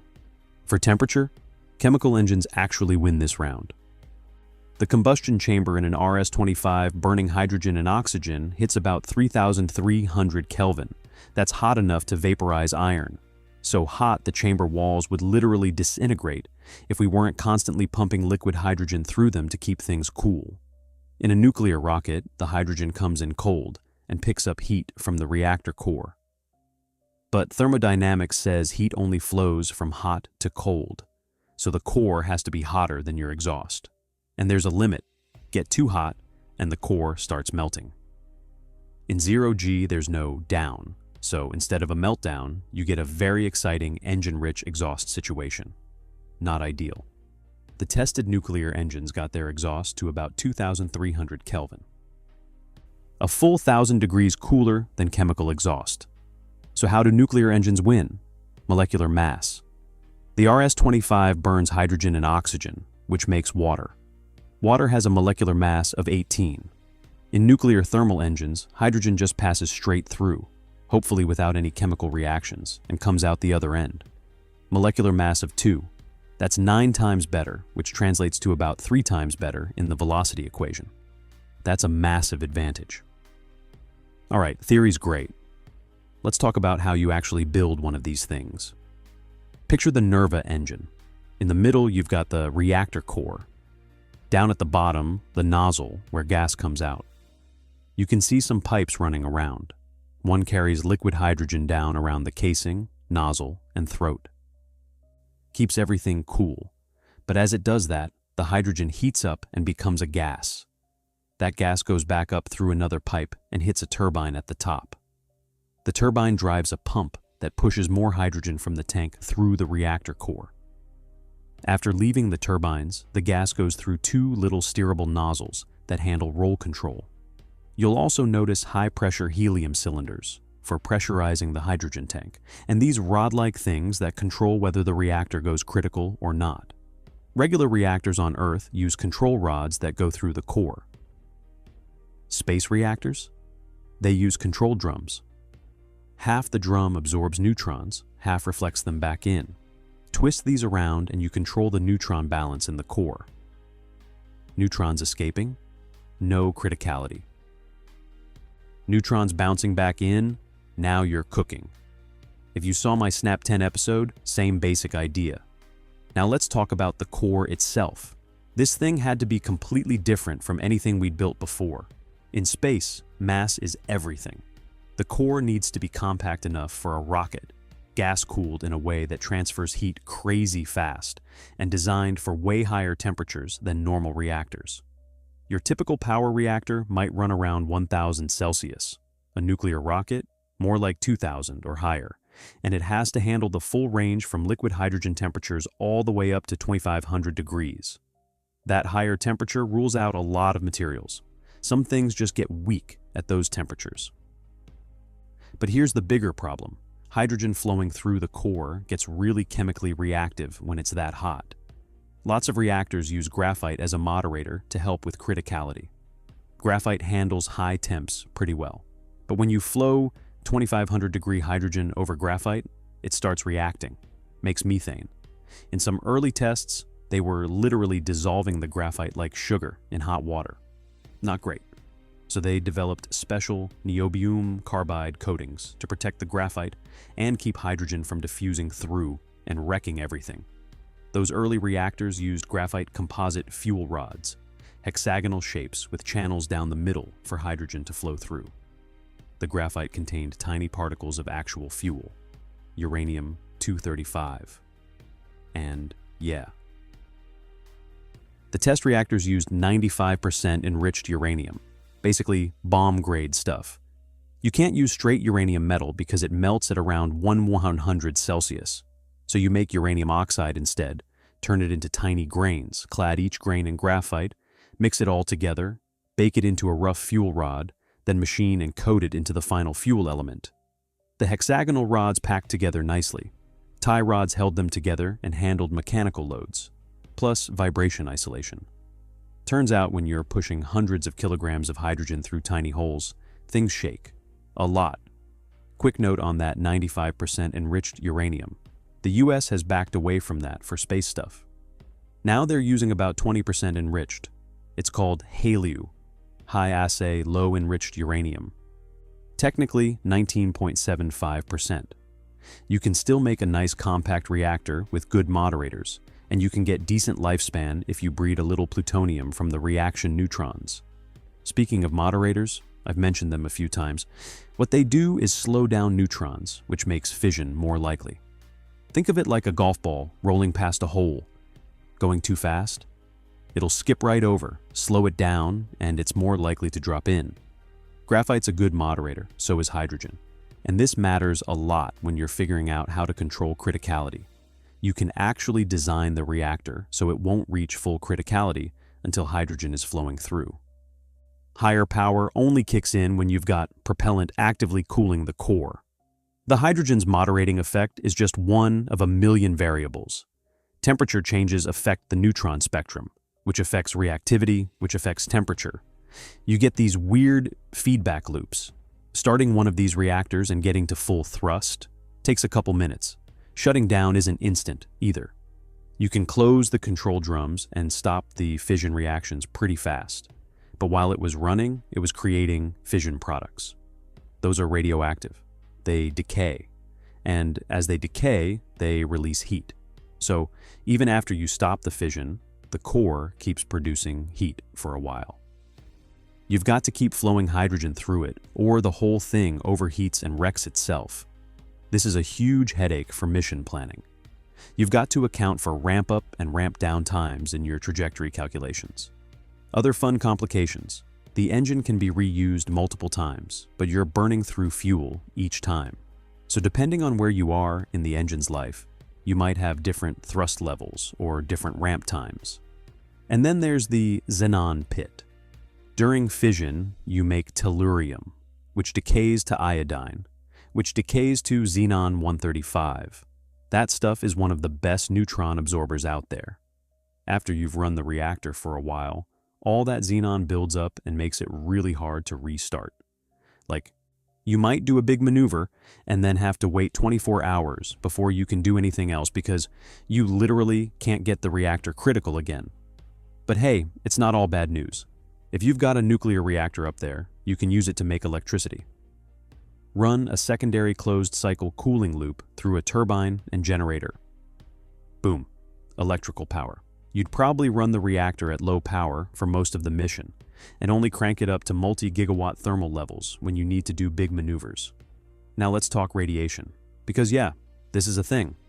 The most powerful reactors ever operated were part of the NERVA rover test programs. They were putting out thermal power around 4 gigawatts. At that level, you're basically exploding 1 ton of TNT every second.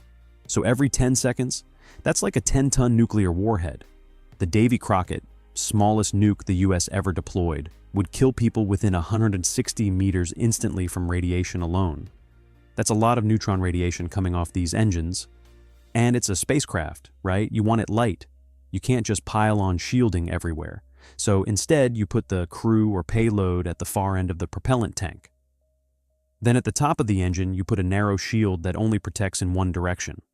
Creates a shadow shield, where the lethal radiation doesn't reach during operation. A full fuel tank helps too, but you can't count on that once you've used all your propellant. And remember, even after it stops running, there's still decay radiation from all those fission products. When you're planning missions with nuclear thermal engines, you want to make sure they're not firing within like 100 miles of a space station. When the spacecraft reaches its destination, the payload section carefully detaches, staying inside that radiation shadow, and uses regular chemical thrusters to slowly reach where it needs to go. The highly radioactive nuclear engine just hangs out on its own, like an outcast. Most designs have enough fuel for multiple uses. You'll typically see plans where the engine makes 10 trips to and from the moon, refueling with hydrogen each time, before finally getting disposed of. Every payload coming up has to carefully navigate down that shadow shield corridor and dock. Disposal is interesting too. If it's up in space, it might eventually come back to Earth someday. You want to make sure the radiation has decayed enough by then. With Draco, the plan is to put it in a really high orbit where there's no other spacecraft. When it does engine burns, they'll only be perpendicular to the orbital plane, just changing inclination. It'll never slow itself down and fall back to Earth, or boost out and potentially return some other way.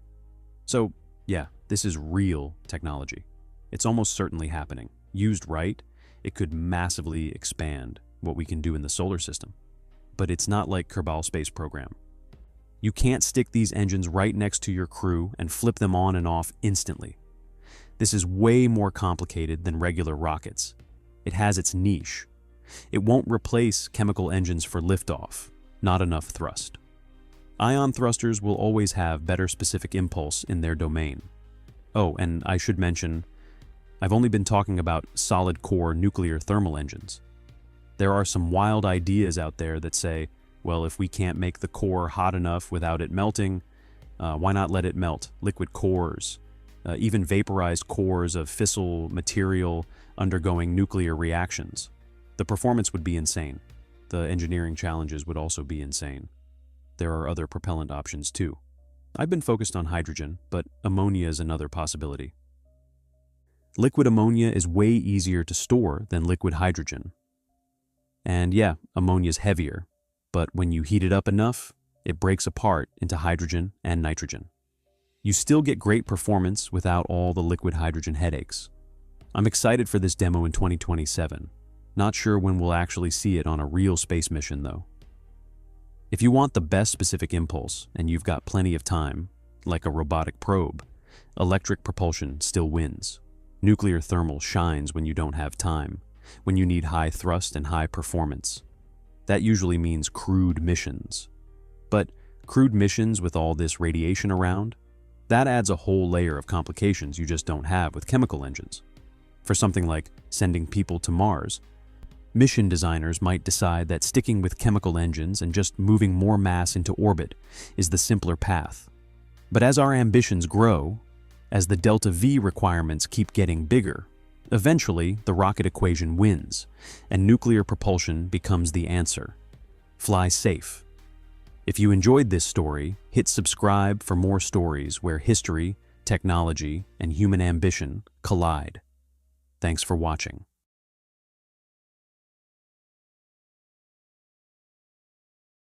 On January 12, 1965, America's brightest nuclear scientists gathered in the Nevada desert to witness something unprecedented: the deliberate destruction of a perfectly functioning nuclear reactor. This wasn't an accident. It wasn't a failure. It was the plan. The Kiwi TNT reactor sat on its test stand, designed from the ground up to explode. A controlled catastrophe meant to answer one terrifying question: what happens when humanity's most powerful rocket engine fails in the worst possible way? What they discovered that day would haunt the space program for decades and ultimately determine whether humanity would ever ride atomic fire to the stars. To understand why anyone would deliberately destroy a working nuclear reactor, you have to go back to a dream that consumed an entire generation of physicists and engineers. In the aftermath of World War II, as the space age dawned, America's rocket scientists faced a fundamental problem. Chemical rockets were never going to take us to Mars. They were too slow, too heavy, too limited by the basic chemistry of burning fuel. But there was another way, a revolutionary technology that promised to change everything. Project Rover began in 1955 with a deceptively simple idea. Instead of burning chemical fuel, why not use a nuclear reactor to superheat hydrogen propellant to temperatures that would make conventional engines melt into slag? The physics were elegant, almost seductive in their efficiency. A nuclear thermal rocket could achieve specific impulses of 800 to 900 seconds, roughly double the performance of the best chemical rockets, which topped out around 400 seconds. That difference wasn't just incremental, it was transformational. It was the difference between being trapped in Earth orbit and reaching the outer planets. It was the difference between Mars being a distant dream and Mars being a destination. Dr. Ted Merkel, one of the project's leading engineers, became obsessed with what he called the technical sweetness of nuclear propulsion, the raw power, the elegant physics, the sheer efficiency that made chemical rockets look primitive by comparison. The Kiwi reactors, named after the flightless bird in a bit of dark humor about a technology that might never fly, represented years of incremental success. Each test brought new breakthroughs. Each problem solved revealed new possibilities. By 1964, the Kiwi B4A reactor had been successfully tested, proving that the fundamental concept worked. The graphite-moderated, hydrogen-cooled engine could superheat propellant to temperatures that would vaporize steel. The technical challenges that would have stopped lesser engineers: thermal stress, material erosion, the brutal environment inside a reactor core, pumping liquid hydrogen at cryogenic temperatures, had been solved, one by one. The dream of atomic spaceflight wasn't just possible anymore. It was real, sitting on a test stand in the Nevada desert, ready to carry humanity to the stars. But there was one question that kept nuclear propulsion grounded, one scenario that haunted mission planners in their sleep. What happens during a launch abort? What if something goes catastrophically wrong during ascent? What if the reactor goes critical uncontrollably, not in the controlled environment of a test stand, but tumbling through the atmosphere over populated areas? No one actually knew the scale of the catastrophe that would follow. Computer models could only tell you so much. Real-world physics always has surprises, and with nuclear reactors, surprises can kill thousands. To answer that question, to truly understand the monster they had created, Merkel and his colleagues would have to do something unprecedented. They would have to deliberately trigger the very nightmare scenario they hoped would never happen. Engineering a disaster is harder than you might think. The Kiwi reactors had been designed with multiple layers of safety systems, each one carefully crafted to prevent exactly the kind of catastrophic failure they now needed to create. Transforming the Kiwi B4A into Kiwi TNT required inverse engineering, deliberately weakening systems that had taken years to perfect, removing the safety nets that stood between controlled operation and explosive disassembly. The modifications were precise and calculated. They altered the moderator cylinders and increased the reactivity insertion rate, ensuring the reactor would achieve what nuclear engineers call prompt criticality, the rapid exponential increase in reactor power that occurs when the nuclear chain reaction runs away faster than any safety system can respond. The team calculated the exact sequence: withdraw the control rods rapidly, flood the core with liquid hydrogen propellant, and let physics do the rest. The expected energy release, equivalent to approximately 1 ton of TNT. Not a nuclear weapon, but a thermal explosion violent enough to tear the reactor apart and scatter its radioactive contents across the desert. There's a story about Dr. Ted Merkel that captures the all-consuming nature of this work, the way it invaded every corner of life. As his wife went into labor, Merkel sat in the hospital waiting room, drawing blast radius circles on maps of potential launch sites, calculating fallout patterns while awaiting his child's birth. It's a moment that crystallizes the tension between personal life and scientific duty, between the intimate human scale of a father waiting for his child and the vast, impersonal calculations of radioactive dispersal and acceptable risk.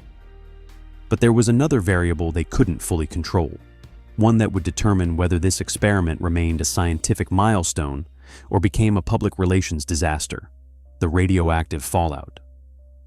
The Kiwi reactor core contained about 40 kilograms of highly enriched uranium and several kilograms of fission products from previous test runs. During prompt criticality, as the core temperature spiked to over 4,000 Kelvin, hot enough to vaporize a significant portion of the graphite and metal, all of that radioactive material would be released into the atmosphere uranium particles. Fission products, a complex cocktail of radioactive isotopes including iodine-131, cesium-137, and strontium-90, each with its own half-life, its own biological pathway, its own capacity for harm. Radioactive dispersal is notoriously unpredictable. Wind speed, atmospheric stability, particle size distribution, all variables that could expand or contract the danger zone. The Nevada test site was chosen specifically for its remoteness and prevailing wind patterns that typically carried fallout away from populated areas. But typically isn't always. Weather forecasts in 1965 were far less sophisticated than today, introducing significant uncertainty into every calculation. The environmental scientists and health physicists who had to model the radioactive dispersal found themselves caught between their duty to enable the test and their responsibility to protect public health. Their calculations revealed uncomfortable truths about acceptable risk. The expected radius of radioactive fallout and contamination was up to 50 miles downwind for direct environmental sampling, with detectable fallout potentially reaching as far as 200 miles. These weren't just technical questions, they were moral ones. How much radioactive contamination of downwind areas was acceptable? How many people could be exposed to how much radiation before the test became unconscionable? The answers were classified at the highest levels. The test itself was wrapped in secrecy, with public information carefully controlled to avoid panic about nuclear explosions in Nevada. The political clearances were secured. The environmental models were complete, however uncertain. There was nothing left to do but execute the test. January 12, 1965, dawned cold and clear over the Nevada test site. Final weather checks confirmed acceptable conditions, not ideal, but acceptable. There's always a compromise between perfect conditions and schedule pressure, between waiting for the optimal moment and the institutional momentum that demands results. Personnel evacuated to bunkers and observation points miles away, leaving only remote cameras and instrumentation near the test stand to witness what came next. Dr. Harold Agnew, the senior physicist who had championed this test, watched from the control bunker with what he would later describe as a mixture of excitement and apprehension. This was the moment when theoretical physics becomes visceral reality, when equations transform into shock waves, when the elegant mathematics of neutron cross-sections and thermal expansion coefficients become fire and fury in the real world. The countdown sequence began. Liquid hydrogen began flowing into the reactor, a river of cryogenic fuel at minus 253 degrees Celsius, so cold it would freeze air solid. Cooling systems activated. Then the critical moment. The control rods withdrew rapidly, far faster than any normal startup sequence would allow. The nuclear chain reaction began, neutrons splitting uranium atoms, releasing more neutrons, splitting more atoms, the reaction rate doubling and doubling again in a runaway cascade. Within 1.5 seconds, the reactor achieved prompt criticality. The core temperature spiked to over 4,000 Kelvin, hot enough to vaporize the graphite moderator, hot enough to dissociate hydrogen molecules into individual atoms. The thermal expansion was instantaneous and violent. Hydrogen pressure built faster than the reactor vessel could contain. The explosive disassembly tore the reactor apart with a force equivalent to approximately 1 ton of TNT. A fireball erupted from the test stand, a sphere of incandescent gas expanding at supersonic speed. Debris, chunks of graphite, twisted metal, vaporized uranium, scattered in all directions. A mushroom cloud rose into the Nevada sky, smaller than a nuclear weapon's signature, but unmistakably similar in form. The cameras captured it all, frame by frame, the destruction unfolding in slow-motion clarity. The explosion was more violent than some predictions suggested. Debris scattered across a wider radius than certain models had indicated. Instrumentation designed to survive the initial blast was destroyed faster than expected. In those first seconds, it became clear that even with all their calculations, all their modeling, all their careful engineering, nature had delivered surprises. But the explosion itself was only the beginning. The real test, the real danger, was what came next. The fallout. Radiation monitors detected the plume immediately, tracking its movement across the desert. The vaporized uranium and fission products created a complex mix of radioactive isotopes, each one carried by the wind in patterns that defied simple prediction. Particulate matter settled in unpredictable ways. Some areas showed hotspots far from the test site due to local weather anomalies, microscale variations in wind and terrain that no model could have captured. The actual path and deposition of the radioactive fallout plume differed from predicted models, traveling farther and depositing measurable contamination in areas not originally expected, including southern Nevada and California. Measurable levels of radioactive isotopes appeared in milk and air samples up to 200 miles downwind. Public health agencies tracked the dispersal, documenting contamination levels that, if publicly known at the time, would have sparked significant controversy. Cleanup crews faced contaminated debris scattered across the test site, twisted metal, chunks of graphite, fragments of the reactor vessel, all of it radioactive. Some pieces would remain dangerous for years, slowly decaying as their constituent isotopes transformed into more stable forms. The half-life of cesium-137 is 30 years, strontium-90, which mimics calcium and accumulates in bones, has a half-life of 29 years. The Kiwi TNT test site would be a radioactive scar on the Nevada desert for decades. Despite the violence of the explosion, despite the surprises in the fallout patterns, the test was deemed a technical success. They had successfully modeled a worst-case reactor failure. They had gathered data on radioactive dispersal under real-world conditions. They had answered the question they set out to answer. But the answer was one that NASA and the Atomic Energy Commission didn't want to hear. The data revealed an uncomfortable truth. Even a controlled nuclear disaster in a remote desert produced radioactive contamination that couldn't be fully contained or predicted. The environmental and health risks highlighted by the test contributed to growing opposition and skepticism regarding the safety and practicality of nuclear rocket programs. If this had happened during an actual launch abort, over Cape Canaveral, over the Atlantic, over any populated area, the consequences would have been catastrophic on a scale that made the entire enterprise politically untenable. The Kiwi TNT test had answered the question it was designed to answer. But sometimes, proving you can control a disaster is the same as proving you shouldn't risk it at all. The death of the dream was slow, a gradual erosion rather than a sudden collapse. Additional reactor tests continued after Kiwi TNT.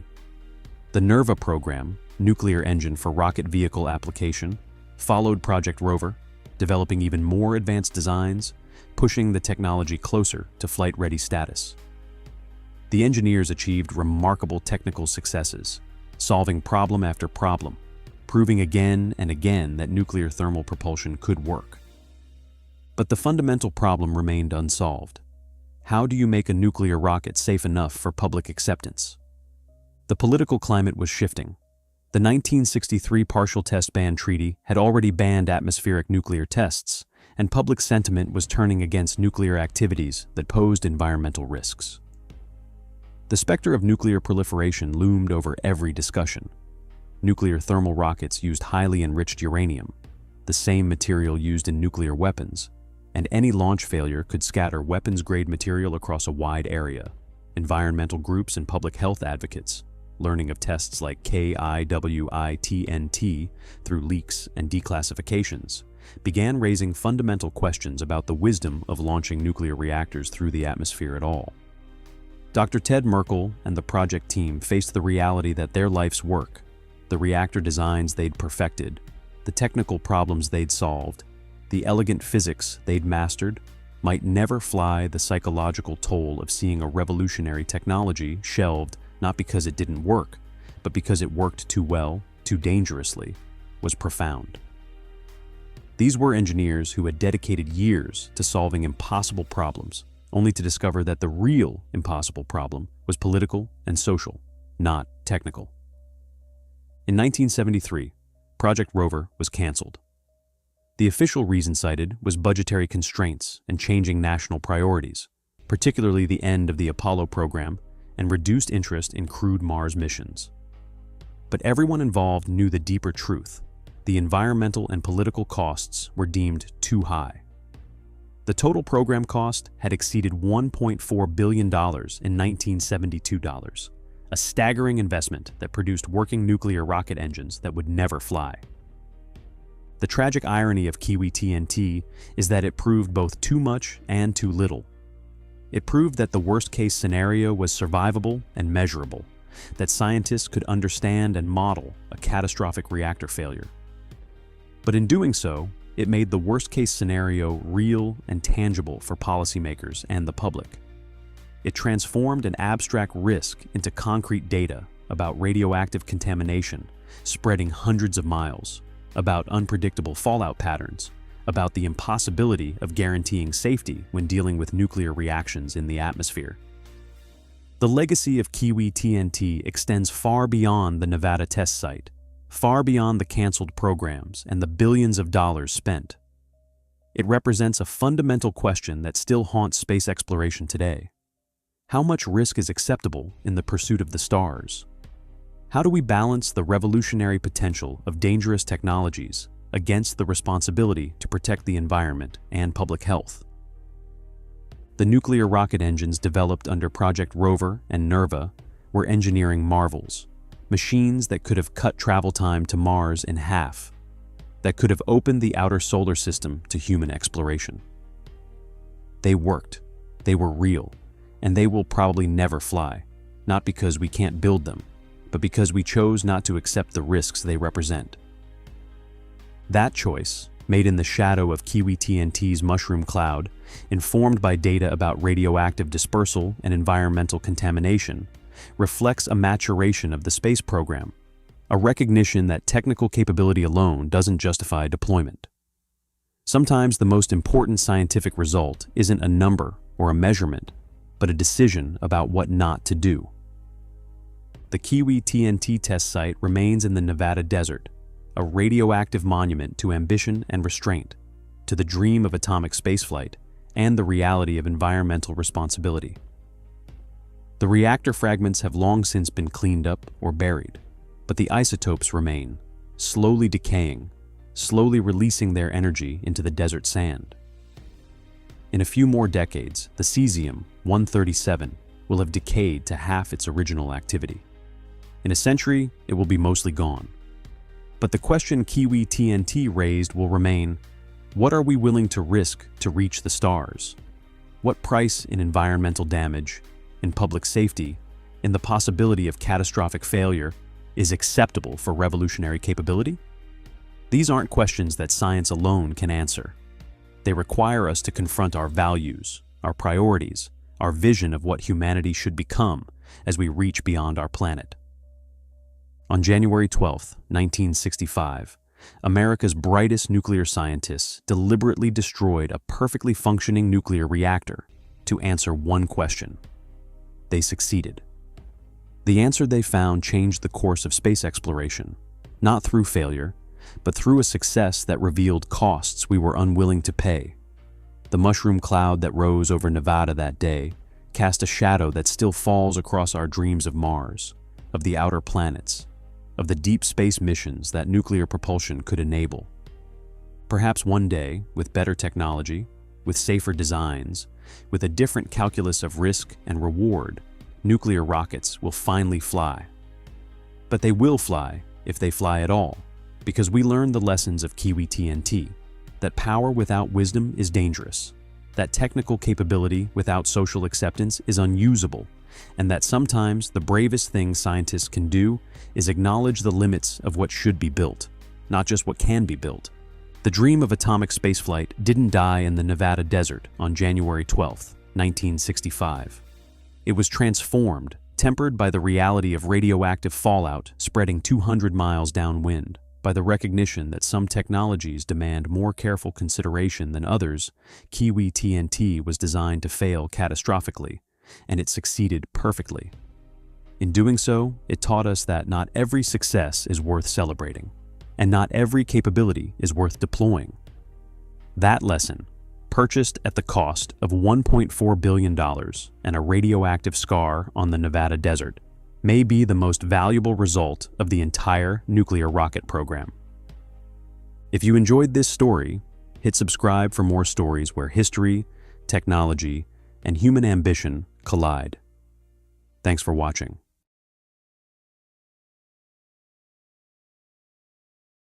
In December 1968, somewhere in the Nevada desert, engineers fired up an engine that would change everything. But when they shut it down, the entire test stand had become so radioactive that they had to control robots from bunkers just to examine it. This was NERVA, the nuclear engine for rocket vehicle application, and it worked. The technology was real, the tests were successful, and according to the plans on the drawing boards, it would put humans on Mars before the end of the century. But there was a problem that no amount of engineering could solve. Every single launch would release radioactive material into Earth's atmosphere. The scientists building it knew it. The politicians funding it knew it. And yet, for more than a decade, the program continued. This is the story of how America's brightest minds, seduced by the promise of nuclear propulsion, built a rocket engine that could have transformed humanity into an interplanetary species. And the moment when we collectively decided that some prices are too high to pay, even for Mars. To understand why NERVA was so revolutionary, you need to understand the fundamental problem with getting to space. Chemical rockets are pathetically inefficient. They work by essentially lighting controlled explosions beneath you and riding the blast, burning through enormous quantities of fuel for relatively modest velocity gains.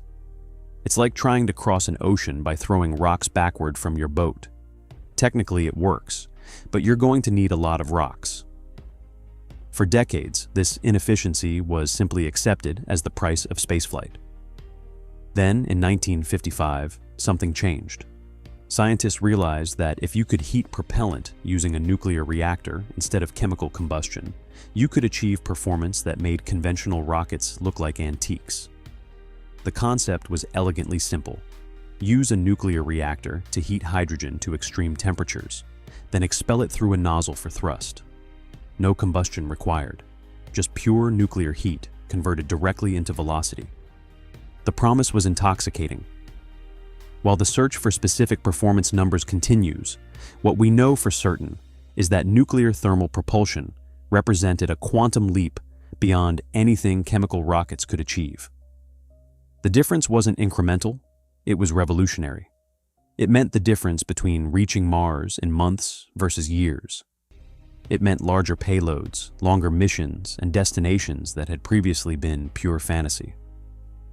For the engineers working on the problem, nuclear propulsion wasn't just an advantage, it was destiny.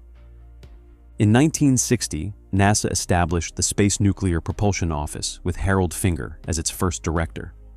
Finger was a true believer, convinced that nuclear propulsion was humanity's inevitable future.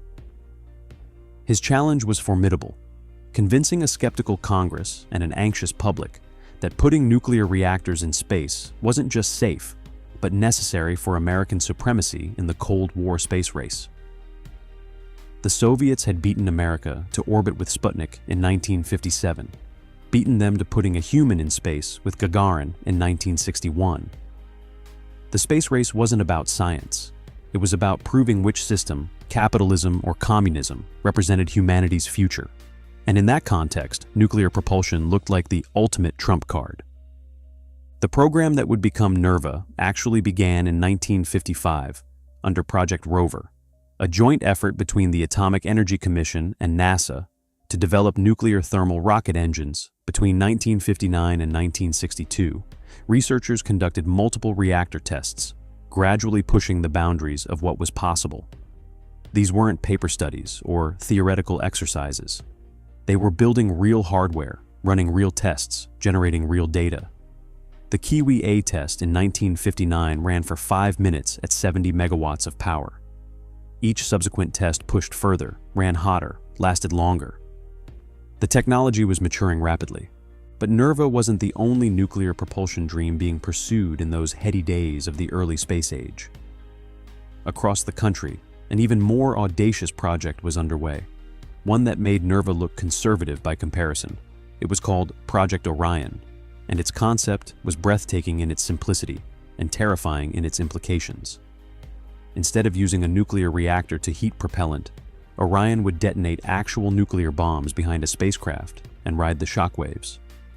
Small nuclear explosives would be ejected from the rear of the vehicle, detonated at a precise distance, and the blast would strike a massive shock-absorbing plate, propelling the spacecraft forward. Then another bomb, and another, each pulse equivalent to multiple Hiroshima bombs. Hundreds of detonations just to reach orbit, thousands for an interstellar journey. The physics actually worked. The engineering team, led by physicist Freeman Dyson among others, calculated that an Orion spacecraft could reach Alpha Centauri within a human lifetime. They even built a small-scale test vehicle and flew it using conventional explosives, proving the concept wasn't just theoretical madness. The spacecraft would be built around the pusher plate, a massive shock-absorbing surface designed to withstand repeated nuclear detonations. The plate would be coated with graphite grease that would ablate with each blast, carrying away heat and protecting the structure. Behind it, enormous shock absorbers would compress and expand, converting the violence of nuclear explosions into smooth acceleration. It was engineering at its most audacious, turning the most destructive force humanity had ever created into a means of transportation. But the terrible realization was unavoidable.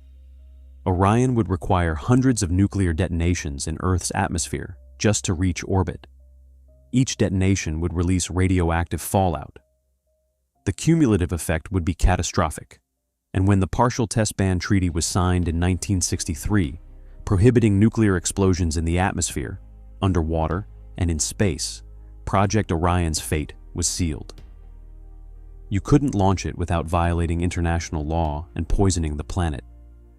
The project was quietly discontinued, a victim of its own ambition. NERVA, by comparison, seemed almost responsible. It wouldn't require atmospheric nuclear detonations. The reactor would only reach full power in the vacuum of space. It could theoretically launch from orbit, assembled by conventional rockets, then ignite safely above the atmosphere. It was nuclear propulsion with a human face, ambitious but not insane. And so, while Orion died, NERVA lived on, attracting funding, political support, and the dreams of visionaries who saw it as humanity's ticket to the solar system. No one championed NERVA more enthusiastically than Werner von Braun, the German rocket engineer who had designed the V-2 for Nazi Germany, and then became the architect of America's space program. Von Braun was a showman, a salesman, a man who could make Congress believe in the impossible. And in 1969, fresh from the triumph of Apollo 11's moon landing, he unveiled his vision for Mars. It was spectacular. A fleet of NERVA-powered spacecraft would launch from Earth orbit, their nuclear engines glowing as they accelerated toward the red planet. The journey would take just months, not the years required by chemical propulsion. Crew compartments would be spacious, with room for laboratories, living quarters, everything needed for the long voyage. They would arrive at Mars, establish a base, conduct exploration, then return home as heroes. Von Braun had the timeline mapped out. With continued funding, humans could walk on Mars by 1982. The technical foundation was solid. By 1968, NERVA engines had completed over 17 tests. They had run for cumulative hours at temperatures that would melt steel. The program had demonstrated that nuclear thermal propulsion wasn't science fiction, it was engineering reality. Milton Klein, the manager overseeing the program for the Atomic Energy Commission and NASA, became its political warrior, fighting budget cuts and public skepticism, arguing that NERVA represented America's best chance to maintain space superiority. The pieces were falling into place. The technology worked. The mission architecture was designed. The political will existed, at least among space advocates. Mars was within reach, not as a distant dream, but as a concrete goal with a concrete timeline. All the ingredients were there for humanity's greatest adventure, except one. Behind closed doors, other calculations were being made. Calculations about fallout patterns, atmospheric dispersion, and statistical casualties. Because while NERVA didn't require nuclear detonations, it wasn't clean. It couldn't be clean. The very physics that made it revolutionary also made it dangerous. The problem was inherent to the design. A NERVA engine worked by pumping liquid hydrogen through a nuclear reactor core heated to extreme temperatures. The superheated hydrogen would then be expelled through a nozzle, generating thrust. But inside that reactor core, neutrons were flying everywhere, and some of those neutrons would inevitably strike hydrogen atoms, transmuting them into radioactive isotopes. Not much, just a tiny fraction of the total propellant. But when you're expelling tons of hydrogen per second, even a tiny fraction adds up. And that radioactive hydrogen wouldn't just disappear, it would be expelled into the upper atmosphere where it would gradually spread across the entire planet, eventually settling back to Earth's surface. Everywhere, diluted, dispersed, but present and radioactive. The health physicists did the calculations. They modeled the dispersion patterns. They estimated the dose rates, and they arrived at a number that would haunt the program. Each NERVA-powered launch would kill between 0.1 and 1 person worldwide from radioactive fallout. Not immediately, not visibly, just a statistical increase in cancer rates across the global population, an invisible toll paid in incremental risk spread across billions of people. One launch might cause one additional cancer death somewhere on Earth. Maybe in Tokyo, maybe in Paris, maybe in a small village in Kenya. The victim would never know. The engineers would never know. It would be completely untraceable, lost in the statistical noise of background cancer rates. This was the moral paradox at the heart of NERVA. The deaths were real but abstract, certain but unidentifiable. It was a trolley problem at cosmic scale. Do you pull the lever to divert the train toward Mars, knowing that doing so will definitely kill someone, even though you'll never know who? The engineers tried to rationalize it. NASA had lost 3 astronauts in the Apollo 1 fire, and the program continued. Test pilots died regularly pushing the boundaries of aviation. Wasn't this just another acceptable risk in the name of progress? Besides, the United States and Soviet Union had already conducted hundreds of atmospheric nuclear tests during the 1950s and early 1960s, each releasing far more radiation than a NERVA launch would the planet was already contaminated. What was one more rocket? But there was a difference, and everyone knew it. Nuclear weapons tests were justified, however tenuously, by national security, by the existential threat of the Cold War. They were presented as necessary evils to prevent something worse. NERVA was different. NERVA was optional. It was about Mars, about exploration, about ambition. And while those goals were noble, were they worth killing for? Could you look at a map of Earth, at the billions of people going about their lives, and say, one of you will die so we can go to Mars faster, and I think that's acceptable? The engineers who had to make these calculations weren't monsters. They were people trying to honestly assess risk, to weigh costs against benefits, to make rational decisions about irrational questions. Some argued that the risk was negligible compared to other hazards humanity routinely accepted: car accidents, industrial pollution, natural disasters. Others felt a creeping horror at what they were contemplating.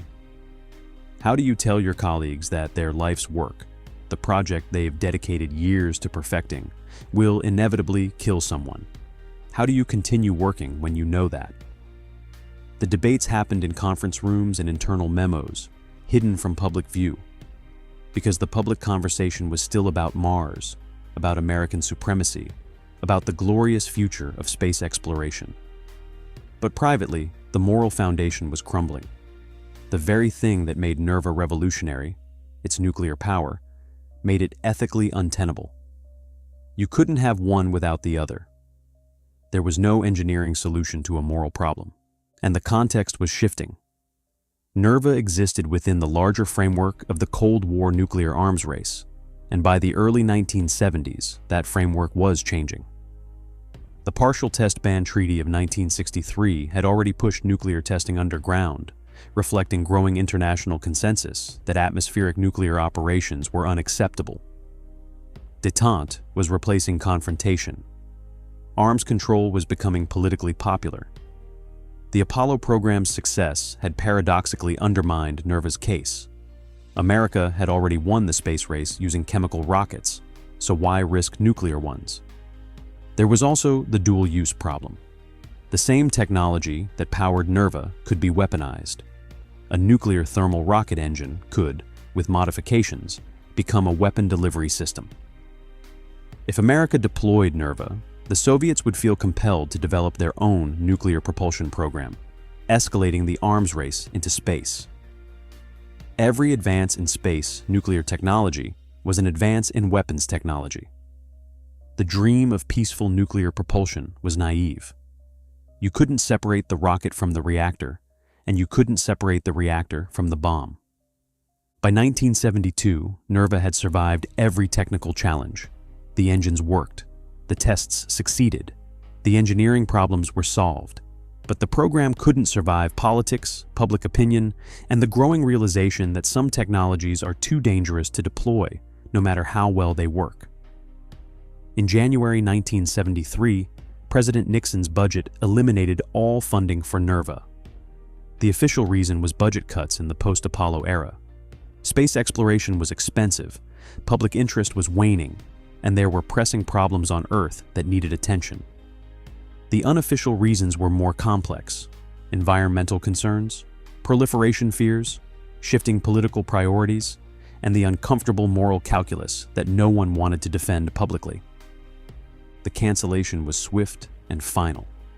Test facilities were mothballed, teams were disbanded, decades of research were archived. The institutional knowledge that had been so carefully built, the engineers who knew how to safely operate nuclear reactors and rocket engines, the technicians who understood the systems, the managers who could navigate the bureaucracy, all of it scattered. Harold Finger and Milton Klein, the program's champions, watched their life's work disappear. One can only imagine their feelings. Disappointment, certainly. Frustration at what might have been. But perhaps also relief? The moral burden lifted? We'll never know. The speculative alternate timeline is tantalizing and terrifying in equal measure. If NERVA had continued, we might have had permanent Mars bases by the 1990s. The solar system might be humanity's backyard, with routine flights to the outer planets, asteroid mining operations, perhaps even interstellar probes. We would be a different species, defined not by our confinement to one planet, but by our expansion across the cosmos. The technical capabilities NERVA represented would have opened doors that remain closed today. But we'd also have normalized atmospheric nuclear operations. Each launch would have added to the planet's radioactive burden. Accidents would have been inevitable. A launch failure scattering reactor material across populated areas, a malfunction during orbital insertion, a collision in space spreading nuclear debris. The cumulative cancer toll would have mounted silently, invisibly, a price paid by people who never consented and never benefited. We might have Mars, but we'd also have a more contaminated Earth. We might have reached the stars, but at the cost of poisoning our home. The story of NERVA isn't just about what we lost. It's about what we learned, and what we're still struggling with today. We learned that technical possibility doesn't equal moral imperative. We learned that the most important engineering challenge isn't building more powerful engines, but building wisdom to match our capabilities. We learned that sometimes the most courageous decision isn't to push forward, but to step back. Today, as we stand on the edge of a new space age with commercial spaceflight, renewed lunar ambitions, and Mars missions on the horizon, NERVA's ghost haunts us. NASA is researching nuclear thermal propulsion again, but with modern safety standards, different reactor designs, and decades of additional knowledge about radiation effects. The dream hasn't died, it's evolved. We still want Mars, but we want to get there without statistical death sentences and radioactive exhaust. The question isn't whether we'll use nuclear propulsion, but when and how we'll do it responsibly. The engineers who built NERVA weren't villains. They were visionaries who pushed boundaries, asked uncomfortable questions, and ultimately helped us understand where those boundaries should be. They gave us a gift, though perhaps not the one they intended. They showed us that we're capable of building almost anything we can imagine. But they also showed us that capability alone isn't enough. We need wisdom, restraint, and the courage to say no to our own ambitions when the cost is too high. In a bunker in Nevada, there's probably still equipment from those tests in 1968, too radioactive to move, slowly decaying over decades and centuries. It's a monument to what we almost became, a species willing to poison our own planet in pursuit of others. The fact that we chose differently, that we canceled NERVA despite its technical success, might be one of humanity's finest moments. Not because we gave up on Mars, but because we refused to get there by leaving bodies in our wake. We're still going to Mars. We're still going to the stars. But we're going to do it right, or not at all. That's the real legacy of NERVA. Not the rocket we built, but the rocket we chose not to fly. If you enjoyed this story, hit subscribe for more stories where history, technology, and human ambition collide. Thanks for watching.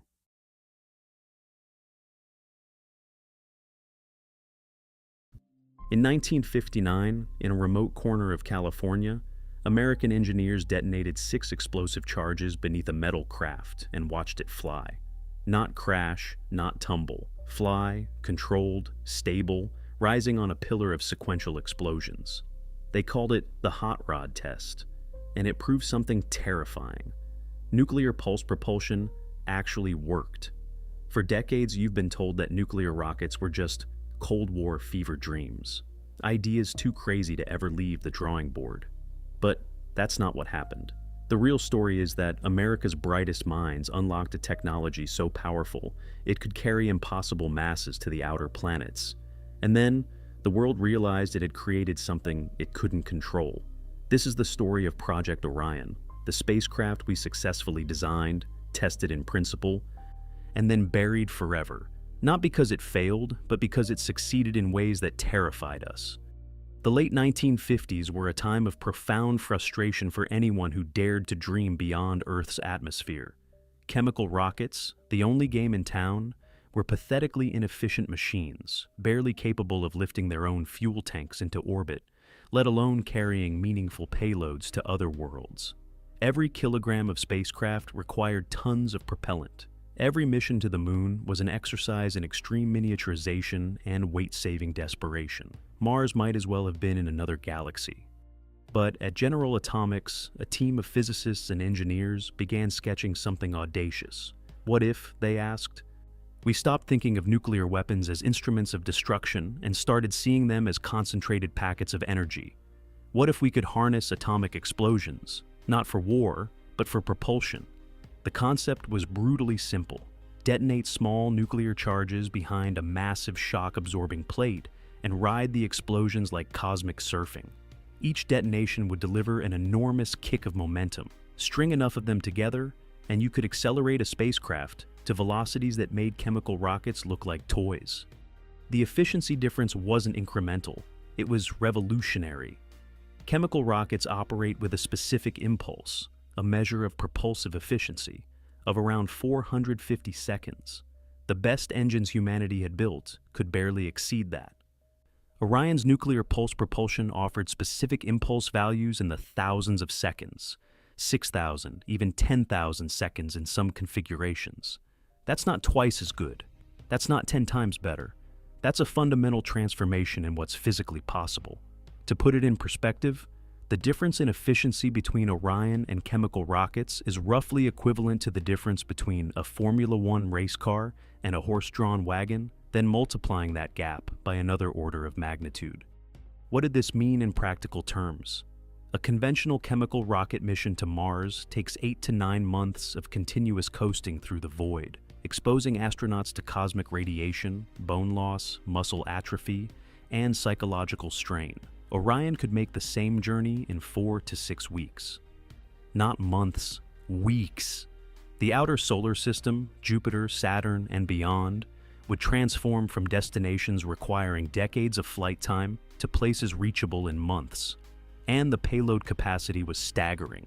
While chemical rockets struggled to lift a few tons beyond Earth orbit, Orion designs contemplated carrying millions of pounds. Not a capsule with a handful of astronauts, a fully equipped colony, a battleship-sized vessel with laboratories, greenhouses, and living quarters. This wasn't theoretical fantasy confined to blackboards and academic papers. The team at General Atomics, led by some of the most brilliant minds in physics and engineering, worked through the mathematics with rigorous precision. Every calculation checked out. Every simulation confirmed the concept. And then they built a test vehicle. The hot rod was a small-scale demonstration craft, a metal cylinder designed to prove the fundamental principle. Instead of nuclear charges, they used conventional explosives, high explosives that could simulate the propulsive effect without the radioactive complications. In the summer of 1959, they took it to Point Loma and ran the test. 6 charges, 6 detonations. The craft rose on each explosion, stable and controlled, climbing higher with every blast. The physics worked, the shock absorption worked, the concept was validated.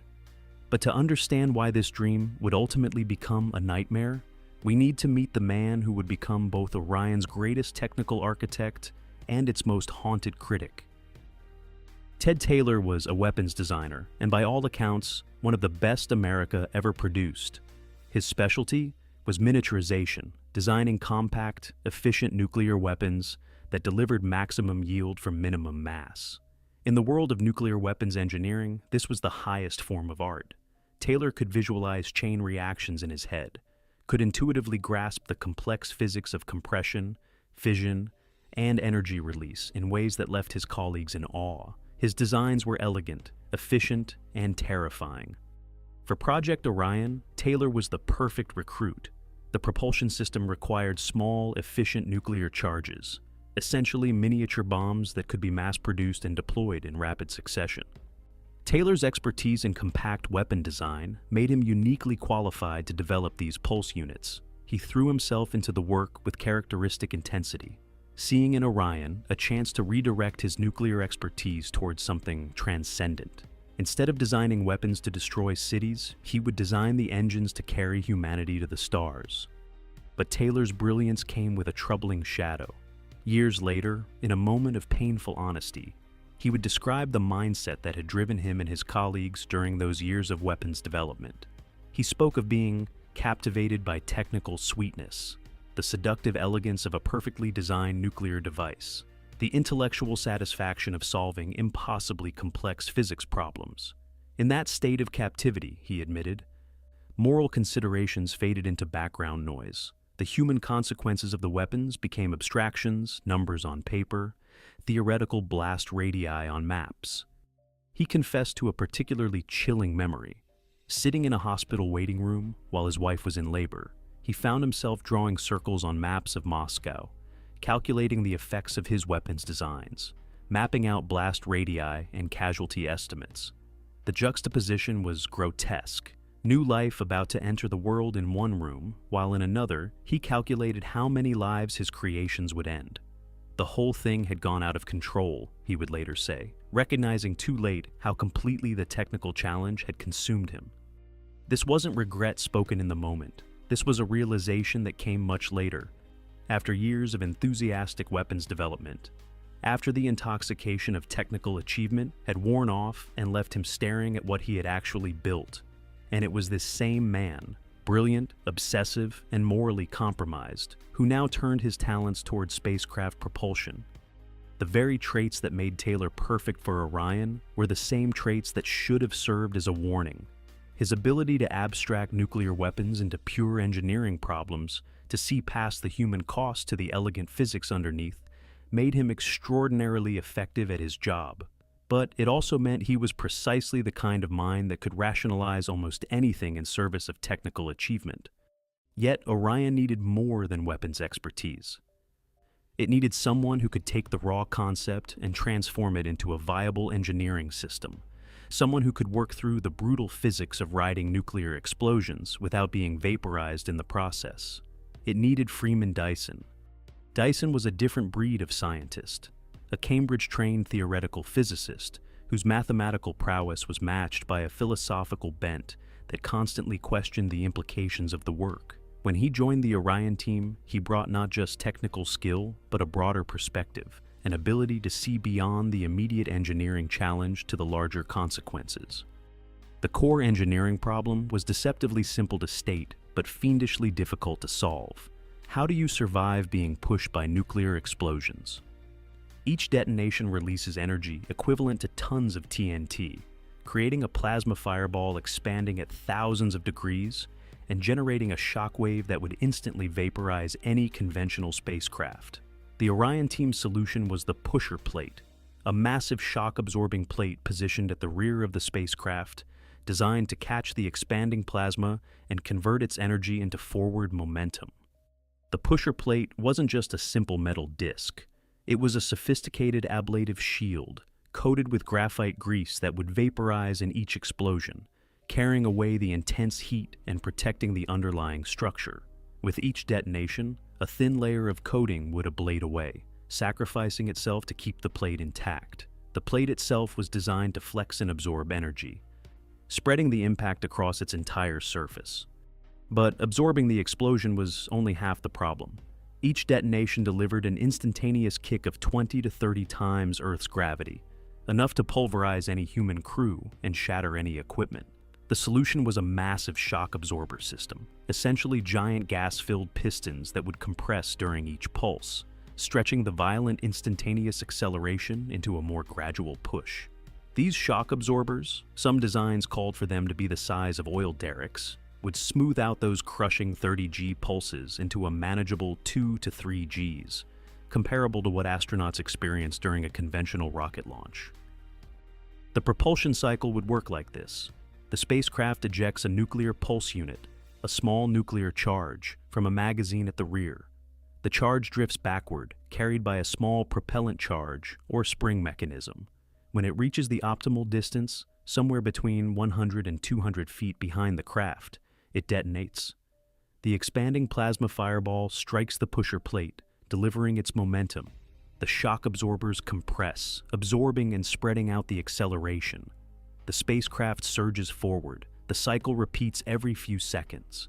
Pulse after pulse after pulse, riding a staircase of nuclear explosions into the cosmos. Dyson's calculations proved the concept was scalable. Small craft for orbital missions could use relatively modest pulse units. Massive interplanetary ships, true space cruisers, could use larger charges and achieve even higher performance. The physics worked at every scale, and the Point Loma test had demonstrated the fundamental principle with conventional explosives. Everything checked out. But as Dyson perfected the physics, as he refined the calculations and optimized the design, he began working through a different set of equations that would haunt him for the rest of his life. Each Orion launch wouldn't happen in a vacuum. It would happen in Earth's atmosphere, and each nuclear detonation would release radioactive particles, fission products that would be lofted into the stratosphere and distributed globally by atmospheric currents. This wasn't theoretical. This was inevitable physics. And Dyson, with his characteristic rigor, set out to calculate the cost. The numbers were grim. Each Orion launch, he calculated, would kill between 0.1 and 1 person worldwide from the resulting fallout. Not immediately, not in any traceable direct way. But statistically, inevitably, somewhere on Earth, someone would develop cancer from the additional radiation exposure. Someone's immune system would fail. Someone's cells would mutate in just the wrong way. The death would be anonymous, untraceable to any specific launch, but it would happen. For a single launch, the number seemed almost abstract. 0.1 to 1 person. A statistical ghost. But Orion wasn't designed for a single launch. A Mars mission might require multiple launches to assemble the spacecraft in orbit, to deliver supplies, to establish infrastructure. Each launch added to the body count. 10 launches, 20 launches. The numbers accumulated like a moral debt. Each mission to the stars purchased with anonymous deaths scattered across the globe. The team found themselves debating the unbearable. Is space exploration worth a handful of anonymous deaths? How do you weigh the advancement of human civilization, becoming a multi-planetary species, unlocking the solar system, ensuring humanity's long-term survival, against guaranteed casualties? The calculus was impossible because there was no common unit of measurement. How many statistical deaths equal the colonization of Mars? How much fallout is acceptable in exchange for reaching Jupiter's moons? Context made it worse.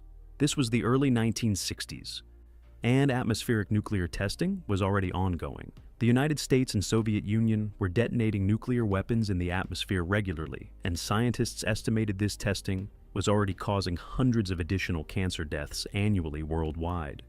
Orion would add to this burden. It wouldn't create the problem already existed, but it would make it worse. And unlike weapons testing, which both superpowers claimed was necessary for national security, Orion's deaths would be in service of exploration. Voluntary deaths. Chosen deaths. The team began to fracture philosophically. Some argued the cost was acceptable, even necessary.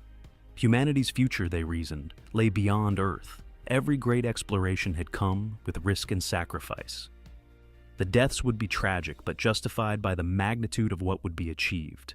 Others, including Dyson, found themselves increasingly troubled. The technical sweetness that Taylor had described, that seductive elegance of a perfectly designed system, began to taste bitter. What good was reaching Mars if the journey required sacrificing people who would never know they'd been chosen? But before this moral debate could be resolved, before the team could reach any consensus on the acceptable cost of cosmic exploration, a different force was gathering, one that would render their philosophical struggles moot. The Pentagon had been watching Orion with great interest, but not for the reasons the scientists had hoped. Military planners looked at the designs and saw something very different from a Mars exploration vehicle. They saw a weapons platform, an orbital battleship, a nuclear-powered craft that could carry enormous payloads, withstand almost any attack, and loiter in space indefinitely. The same characteristics that made Orion perfect for exploration made it equally perfect for warfare. That massive payload capacity, loaded with nuclear warheads instead of habitats. That incredible durability, it could survive anti-satellite weapons that would destroy conventional spacecraft. That nuclear propulsion system, it meant the craft didn't need to return to Earth for refueling. It could stay in orbit for months or years, an unstoppable weapons platform circling overhead. Military strategists began sketching scenarios. Station an Orion craft in orbit loaded with nuclear weapons. It becomes an unassailable first strike platform, able to drop warheads on any target on Earth with minimal warning. Its pusher plate, designed to withstand nuclear explosions, would make it nearly invulnerable to defensive measures. Shooting it down would require multiple direct hits with nuclear-tipped interceptors. And even then, success wasn't guaranteed. It would be the ultimate high ground, the ultimate strategic advantage. Wernher von Braun, the legendary rocket engineer who had dreamed of Mars since his childhood in Germany, fought desperately to keep Orion focused on peaceful exploration. Von Braun had spent his career navigating the uncomfortable intersection of rocketry and warfare. His V-2 rockets had rained down on London during World War II, and he'd spent the post-war years trying to redirect that technology towards space exploration. He saw in Orion a chance to finally, truly reach Mars, to achieve the dream that had driven him through decades of compromise and moral ambiguity. But von Braun was losing the battle. Military interest increasingly dominated the project's funding and direction. The Mars mission designs were still being developed, but they were becoming secondary to military applications, and international observers were horrified. The Soviets watched Orion's development with alarm, recognizing immediately that any American orbital weapons platform would force them to respond in kind. The arms race, already terrifying enough on Earth, would accelerate into space. The technology was irreducibly dual-use. There was no way to build a peaceful Orion spacecraft that couldn't also serve as a weapons platform. The same vessel that could carry colonists to Mars could carry warheads to Moscow. Every component, every capability served both purposes equally well. You couldn't have one without enabling the other. This was the geopolitical nightmare that the Orion team had inadvertently created. They had designed a technology so powerful, so versatile, that it threatened to destabilize the entire Cold War balance of power. Every nation would need one. Every superpower would feel compelled to deploy them. And space, the final frontier, the realm of peaceful exploration and scientific discovery, would become the ultimate battlefield. As international tensions mounted, as the Cuban Missile Crisis brought the world to the brink of nuclear war, political leaders faced an impossible choice. They could allow Orion to proceed, accepting the environmental cost and the military escalation, betting that the benefits of space exploration would outweigh the risks of weaponized space. Or they could find a way to stop it, to prevent the technology from ever being deployed, even if that meant closing the door on humanity's best near-term hope of reaching the outer solar system. In 1963, the choice was made. The Partial Test Ban Treaty prohibited all nuclear detonations in the atmosphere and in space. The treaty's intent was noble, but its language was a death sentence for Project Orion. The team made desperate pitches for workarounds, but the political will was gone. The world had decided the risks outweighed the rewards. Project Orion was officially canceled in 1965. The research was classified, the designs buried. For the team, the reactions were telling. Von Braun was devastated, his Mars dreams dead. Freeman Dyson was conflicted, morally relieved that the environmental cost would not be paid, but scientifically disappointed that such a powerful technology would be abandoned. The most capable spacecraft ever designed became a footnote in history. But the story doesn't end with cancellation. We are still living with the consequences. Modern missions to Mars still face a 9-month journey, exposing astronauts to immense risk from radiation and the hazards of deep space. But this wasn't inevitable. Orion, with technology that existed in the 1960s, could have made that trip in weeks. The solar system could have been open to exploration a generation ago. We had the key, and we chose to throw it away. We traded cosmic reach for earthly safety, a choice that forces us to confront an uncomfortable truth. Sometimes the most powerful technologies come with costs we cannot accept. The question that haunts Orion's legacy is whether we chose correctly. We had a path to reach Mars in weeks, to explore the outer planets within a lifetime. We proved it could work, and then we chose not to build it. Not because it failed, but because it succeeded too well, because the same fire that could carry us to the stars could also rain down from orbit, and because every launch would take its toll in anonymous deaths. Project Orion remains buried in classified archives, a monument to the road not taken. The designs could still be built, but we continue reaching for Mars with rockets that take 9 months instead of 6 weeks, accepting limitations we once knew how to overcome. Perhaps that was wisdom, or perhaps it was a failure of courage. But in that gap, between what we could do and what we decided we should do, lies one of the most profound questions humanity has ever faced. If you enjoyed this story, hit subscribe for more stories where history, technology, and human ambition collide. Thanks for watching.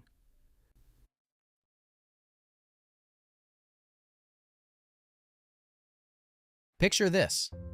You're standing at Cape Canaveral, watching humanity's most advanced rocket, a SpaceX Starship, thunder into the sky. Its 33 Raptor engines generate the power of 16 million horses. Yet this marvel of engineering will still take 9 agonizing months to deliver astronauts to Mars. Your great-grandchildren might live to see humans on Saturn's moons. Maybe. Now imagine standing at that same launch pad in 1965, watching a spacecraft the size of a battleship rise on pillars of atomic fire. Each explosion, a controlled nuclear detonation, hurls this 4,000-ton colossus higher, faster, until it's racing through space at velocities that make our best rockets look like horse-drawn carriages. Mars in 125 days. Jupiter in a year. The entire solar system opened within a human lifetime. This wasn't science fiction. This was Project Orion. Between 1958 and 1965, America's brightest minds at General Atomics, backed by the Air Force, DARPA, and NASA, designed, tested, and proved we could surf nuclear explosions to the stars. The mathematics were elegant. 2,000 to 6,000 seconds of specific impulse, 10 times better than any chemical rocket ever built. We had working prototypes. We had the nuclear devices. We had Freeman Dyson's calculations showing we could reach 11% of light speed. And then, in a supreme act of cosmic self-sabotage, we signed it all away. The Partial Nuclear Test Ban Treaty of 1963 didn't just end atmospheric nuclear testing. It murdered humanity's best chance to become an interplanetary species before the century's end. The story begins not with a eureka moment, but with a puzzle that haunted physicists through the dawn of the atomic age. In 1946, Stanislaw Ulam, the mathematical genius who would later help design the hydrogen bomb, scribbled an equation that would change everything. What if, instead of trying to contain nuclear explosions, we rode them? Think of it this way. Every chemical rocket is fundamentally a controlled explosion pointed downward. We burn fuel, create expanding gas, and Newton's third law does the rest. But chemical reactions release energy like striking a match. while nuclear reactions release energy like detonating a star. The energy density difference isn't just significant. It's the difference between crawling and teleporting. The breakthrough came during Operation Teapot in 1955, in the Nevada desert where the sand had been turned to glass by previous atomic tests. Scientists arranged basketball-sized spheres at various distances from ground zero, some naked steel, others coated in graphite. The prediction was total annihilation. The result defied every expectation. When the 14-kiloton blast wave hit, a wall of plasma hotter than the sun's surface moving at 100 kilometers per second, something miraculous happened. The graphite coating on certain spheres didn't just melt or burn, it sublimated instantly, jumping straight from solid to gas in microseconds. This created what physicists call an ablative shield, a bubble of expanding gas that pushed the main blast wave away from the sphere's surface.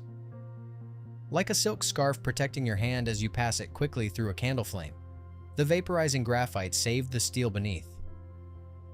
But here's where it gets cosmic. These spheres didn't just survive, they flew. The asymmetric ablation on one side created thrust. Nature had just demonstrated the principle of nuclear pulse propulsion, and Lou Allen was there to witness it. By winter 1957, Ted Taylor at Los Alamos, a man who could design nuclear weapons the way Mozart composed symphonies, joined forces with Freeman Dyson at General Atomics. Dyson, taking sabbatical from Princeton, brought the mathematical rigor of theoretical physics. Taylor brought the practical knowledge of nuclear explosives. Together, they calculated something extraordinary. A properly designed plate could capture 85% of a nuclear blast's momentum while surviving thousands of detonations. The physics were undeniable. If you detonated a 1-kiloton device 60 feet behind a massive steel plate coated with oil, the oil would vaporize into a plasma jet. This jet, expanding at tens of kilometers per second, would strike the plate like a giant's palm, delivering a crisp 30 meters per second of velocity change. String these explosions together. Boom, boom, boom. And you're not just reaching orbit. You're reaching relativistic velocities. To understand the audacity of Project Orion's engineering, imagine you're tasked with building a ship that must survive being repeatedly kicked by nuclear bombs, smooth those kicks into comfortable acceleration, and do it all while carrying enough atomic fuel to tour the solar system. Oh, and the crew needs to survive. The spacecraft they designed was a monument to controlled insanity. Picture the Empire State Building laid on its side, made of steel, and fitted with the universe's most violent engine. At 80 meters tall and 40 meters wide, Orion would have dwarfed every spacecraft we've built since. The International Space Station could fit inside its cargo bay. At Orion's heart lay 4 engineering miracles, each solving an impossible problem. The pusher plate. Imagine a steel disc the size of a baseball diamond, 4 meters thick at the center, tapering to knife edges. This wasn't just armor. It was a momentum transfer device that would face nuclear hellfire every 3 seconds and ask for more.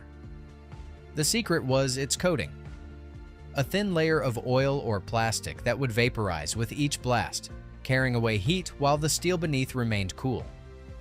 Like a boxer's glove distributing the punch, the plate would spread each nuclear hammer blow across its entire surface. Nuclear pulse units. These weren't crude atom bombs, but precision-engineered propulsion charges. Each unit, about the size of a hat box, contained a tiny nuclear device wrapped in a tungsten casing. When detonated, the tungsten would vaporize into a directed plasma jet, focused like a shaped charge toward the pusher plate. During launch, these 0.1 kiloton units would detonate every second. Once in space, larger 20 kiloton units would fire every few seconds. The ship would carry 800 of them in revolving magazines, like bullets in the Devil's Own machine gun. The shock absorption system. This was the magic that transformed nuclear violence into smooth acceleration. Picture a 2-stage system. First, massive toroidal gas bags, like enormous steel donuts filled with helium directly behind the pusher plate. These would compress with each blast, absorbing the initial spike. Behind them, 4 telescoping pistons, each the size of a subway car, connected the pusher to the main spacecraft. Together, they transformed the sharp kick of each explosion into a steady 1.25 grams push, about what you'd feel in a sports car accelerating hard. Astronauts could walk around during thrust, sipping coffee while nuclear bombs exploded beneath their feet. The Pulse Delivery System. Essentially a nuclear bomb vending machine. Every 3 seconds, a mechanical arm would grab a pulse unit from the magazine, slide it down a launch tube, and fire it through a hole in the pusher plate. The bomb would travel 60 feet behind the ship, detonate, and the cycle would repeat. The precision required was extraordinary. Mistiming by even a fraction of a second could destroy the ship. In November 1959, they built a proof of concept called Hot Rod, a 1-meter model powered by conventional explosives. In a field in California, this tiny prototype rode 6 sequential blasts up to 100 meters, proving the impossible. You really could fly by setting off bombs under your spacecraft. The engineers celebrated with champagne while the model's parachute brought it safely back to Earth. Freeman Dyson ran the numbers obsessively. An atomic-powered Orion could achieve velocities of 3 to 5% of light speed. Replace the fission units with fusion bombs, and you could hit 10%. At those speeds, Alpha Centauri, our nearest star, transforms from an impossible dream to a 40-year journey.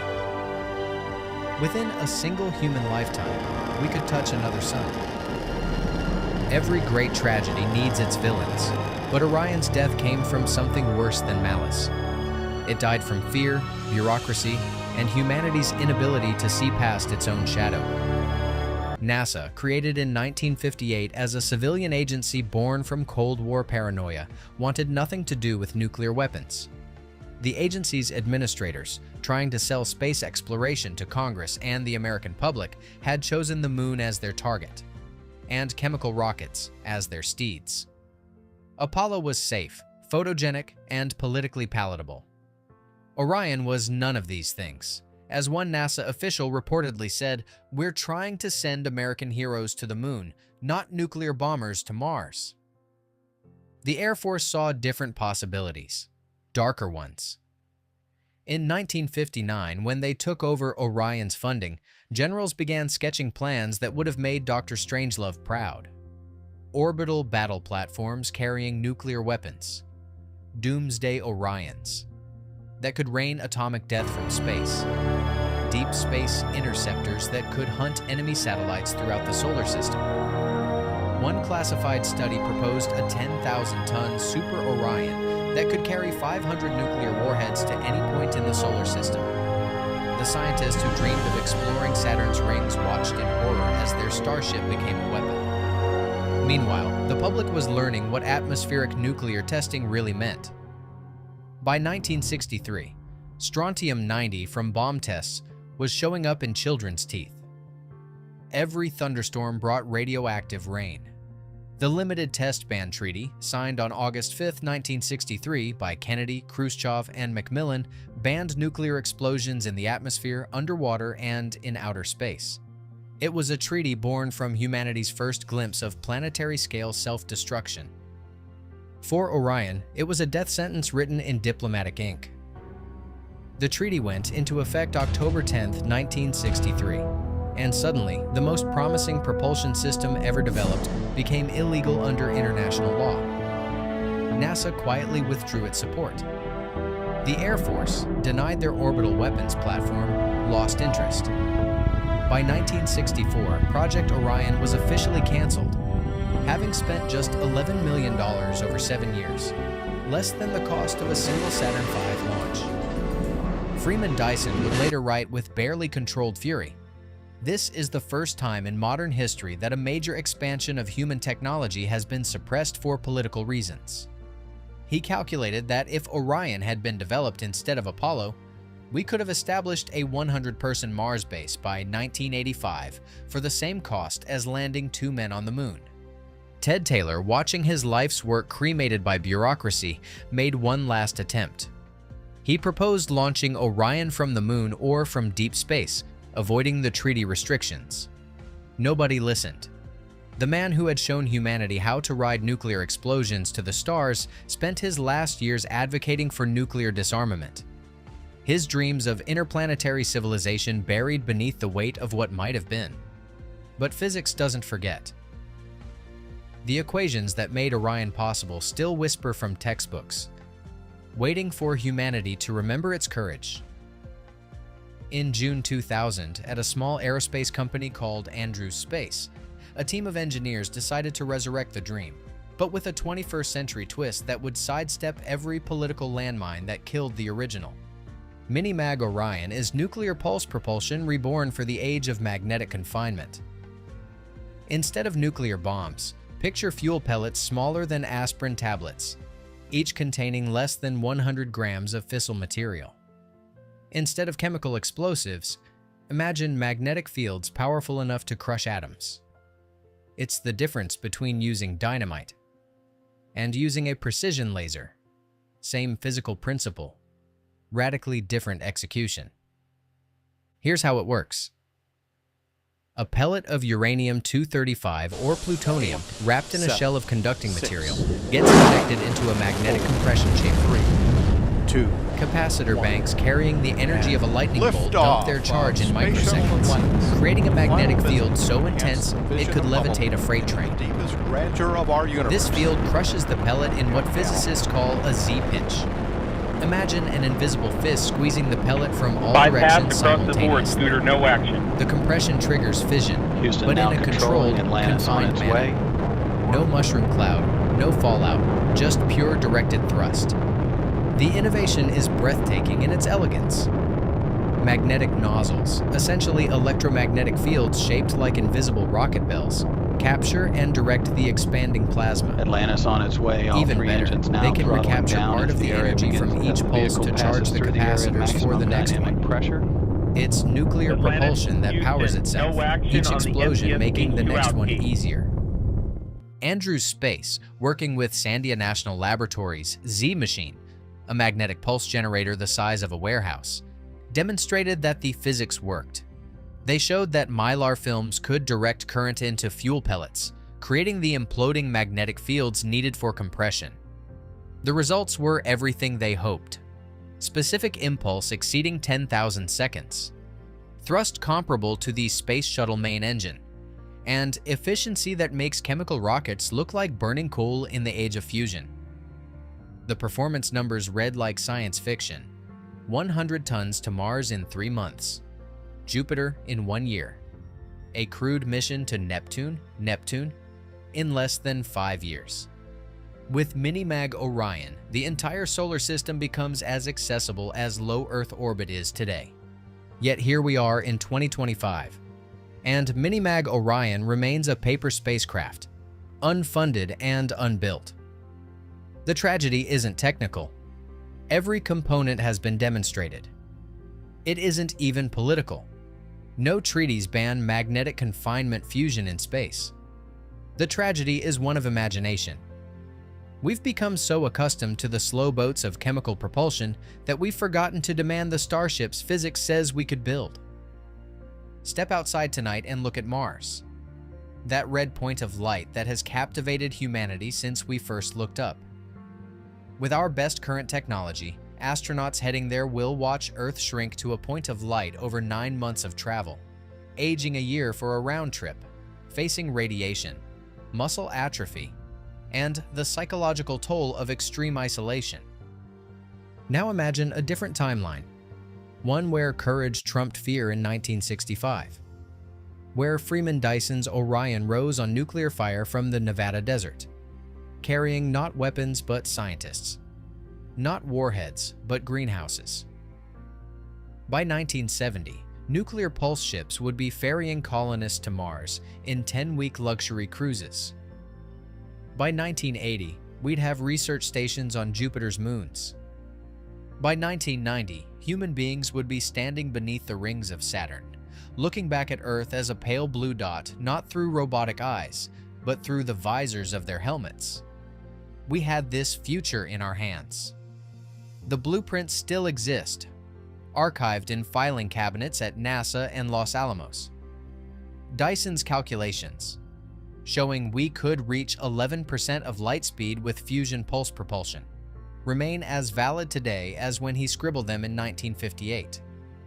The hot rod test footage, showing that tiny model riding explosion after explosion into the California sky, proves it wasn't fantasy. We chose to abandon this technology not because it didn't work, but because we were afraid of what it meant. Afraid of the nuclear genie. Afraid of militarization. Afraid of taking the giant leap that physics offered us. Every Mars mission delayed. Every probe that takes decades to reach the outer planets. Every astronaut who spends a year of their life traveling to our nearest planetary neighbor. They're all monuments to our self-imposed limitations. We're like sailors who discovered steam engines but chose to keep using wind, afraid the boilers might explode. The question for our generation isn't whether nuclear pulse propulsion works. We proved it does with slide rules and vacuum tubes. The question is whether we'll ever again possess the combination of vision, courage, and desperation that made the Apollo program possible. Because out there, beyond Earth's magnetosphere where treaties don't apply and fallout doesn't matter, the physics that could carry us to the stars in years instead of centuries is still waiting. Minimag Orion could be built with today's technology for less than the cost of a single Mars mission using chemical rockets. But it sits unfunded while we continue to accept the tyranny of the rocket equation, prisoners of our own timidity. Perhaps what we need isn't better technology, but better dreams. Dreams big enough to make us reconsider the calculated risks of nuclear propulsion against the certain stagnation of remaining Earthbound.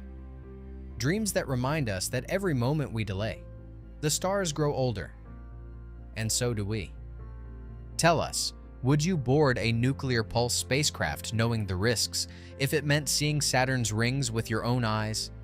Or have we made the right choice, keeping this atomic genie locked away while we inch across the cosmos on chemical flames? Is safety worth the stars? Because somewhere in an alternate universe, there's a version of humanity that said yes to Orion.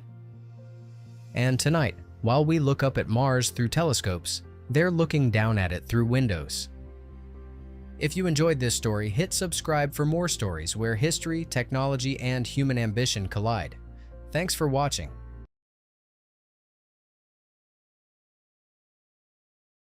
In 1992, NASA purchased several Soviet space reactors from the newly collapsed Russian Federation.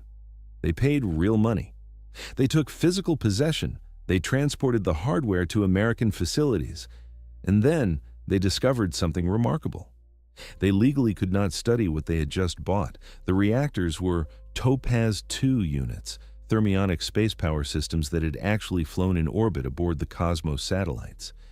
These were not prototypes or mock-ups. They were operational nuclear reactors designed for space, flight-proven hardware, representing decades of Soviet research into a technology the United States had largely abandoned. NASA wanted them desperately. The Cold War was over. Cooperation was the new paradigm. The price was negotiated. The deal was done. But American nuclear secrecy law does not care about cooperation or paradigm shifts. It cares about something called restricted data, a legal classification created by the Atomic Energy Act of 1954 that operates outside the normal framework of government classification. Restricted data is born classified. Any information concerning the design of nuclear weapons or the production of special nuclear material is restricted data the moment it comes into existence, regardless of who generates it, regardless of where it originates, regardless of whether the government wants it classified. The Topaz 2 reactor used uranium-235 fuel. It operated through thermionic conversion, generating electricity directly from heat without moving parts. The core reached temperatures exceeding 1800 Kelvin. Neutron flux in the active zone approached 10 to the 13th neutrons per square centimeter per second. The reactor mass was approximately 320 kilograms, producing roughly 6 kilowatts of electrical power. These specifications were known, the Soviets had published them, but understanding how those specifications were achieved, how the reactor actually functioned in detail, that required analysis. NASA engineers wanted to conduct comparative shielding studies. The Soviet approach to radiation shielding differed fundamentally from American designs, where U.S. space reactor concepts relied on shadow shields and geometric optimization. Topaz 2 employed a different philosophy, one that potentially offered mass savings for certain mission profiles. Understanding that approach required measuring radiation fields, mapping neutron and gamma distributions, analyzing material compositions and geometries. All of that touched restricted data. They wanted to measure neutron flux distributions with precision. The thermionic fuel elements in Topaz were configured in ways that American designers had not pursued. The neutron economy of the core, the way fission neutrons were moderated and absorbed and reflected, this was fundamental reactor physics. It was also information about how to design a compact nuclear reactor using highly enriched uranium. The measurements themselves would generate new, restricted data. Reactivity control mechanisms were of particular interest.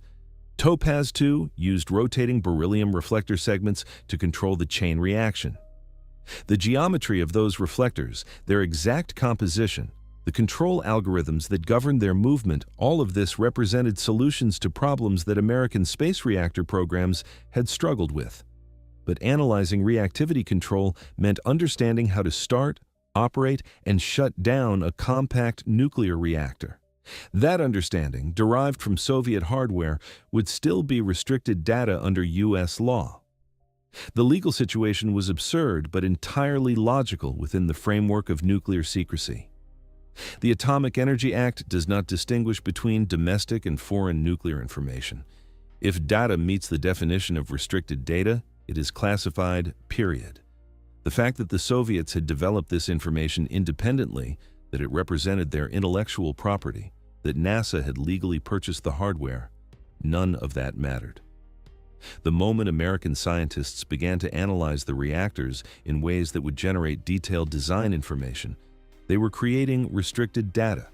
NASA owned the hardware but could not perform the engineering analysis that justified the purchase. They could look at the reactors, they could photograph them, they could measure external dimensions. But the detailed internal studies, the kind of analysis that would actually advance American space reactor technology, that required personnel with Q clearances working in approved facilities following restricted data handling procedures. The bureaucratic requirements were staggering. The Department of Energy, successor to the Atomic Energy Commission, controlled access to restricted data. NASA had to negotiate with DOE for permission to study hardware NASA owned. Facilities had to be certified. Personnel had to be cleared. Analysis plans had to be reviewed. Every measurement that might reveal design details had to be evaluated for classification implications. The process moved at the speed of federal bureaucracy managing nuclear secrecy, which is to say, it barely moved at all. Meanwhile, the reactors sat in storage. The knowledge they represented, the engineering solutions to space power problems, remained locked inside hardware that was physically present but legally inaccessible. Engineers who had spent careers working on American space reactor concepts could see Soviet solutions to their problems sitting in front of them, but they could not freely investigate those solutions. The irony compounded. The United States had spent billions of dollars over decades developing space reactor technology. Programs like SNAP-10A, which flew in 1965, and the SP-100 program in the 1980s had pushed American capabilities forward. But funding was always uncertain, priorities always shifting. The Soviets, meanwhile, had committed to space reactors as a strategic technology. They flew over 30 reactor-powered satellites. They accumulated operational experience that American programs could only theorize about. And when the Soviet Union collapsed, that experience became theoretically available. Theoretically. Because in practice, American secrecy law created a barrier more effective than Cold War hostility. During the Cold War, the barrier was access. After the Cold War, the barrier was classification. The information was physically closer but legally further away. Some analysis did eventually occur. DOE and NASA worked out arrangements. Certain studies were conducted under appropriate security controls.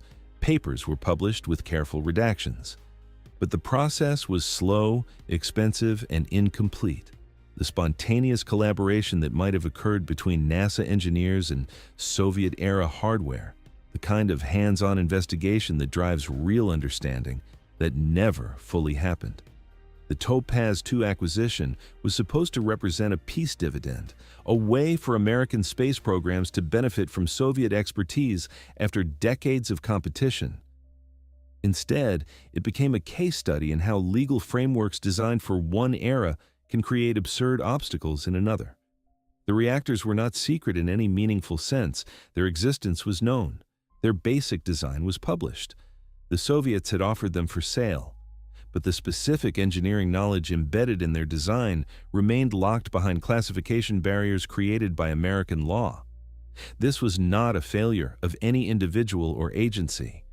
The Atomic Energy Act's restricted data provisions serve legitimate purposes. Nuclear weapons information should be controlled. But the law makes no distinction between weapons-relevant information and information that merely happens to involve similar physics. A space reactor and a weapon both involve nuclear chain reactions in compact geometries. The physics overlaps. Therefore, the classification overlaps. The law is crude by necessity, and that crudeness creates casualties. The Topaz 2 story is one of those casualties. It represents potential knowledge not gained, engineering insights not absorbed, technological advancement not achieved, not because of technical barriers or lack of funding or political opposition, but because of legal classifications that treated Soviet hardware in American hands as if it were still secret American weapons data. Today, space nuclear power is experiencing renewed interest. NASA's Kilopower project has demonstrated small fission reactors for space applications. Mars missions and outer planet exploration require power sources beyond solar panels. The engineering challenges that Topaz 2 solved decades ago are being solved again independently by American engineers who cannot fully access the Soviet solutions sitting in storage. The reactors still exist, presumably, somewhere in the DOE complex. Physical objects representing a different approach to space nuclear engineering, a road not taken by American programs. They are artifacts now, historical curiosities, examples of hardware that crossed the Cold War divide but could not cross the legal barriers of nuclear secrecy. There is no villain in this story, no conspiracy or cover-up. Just the intersection of Cold War secrecy law with post-Cold War cooperation, creating a situation where possession meant nothing without the legal right to understand. NASA bought the reactors, the United States owned them. But in the only sense that mattered for engineering progress, they remained as inaccessible as if they were still in Moscow. It is a small tragedy in the larger history of space exploration. One more example of how human institutions can obstruct human knowledge even when no one intends obstruction. The hardware was there. The opportunity was there. The legal framework made it impossible. And so the knowledge remained locked inside metal and uranium, owned but unknown, purchased but unstudied, a perfect symbol of potential unrealized not by physics or engineering, but by law. If you enjoyed this story, hit subscribe for more stories where history, technology, and human ambition collide. Thanks for watching.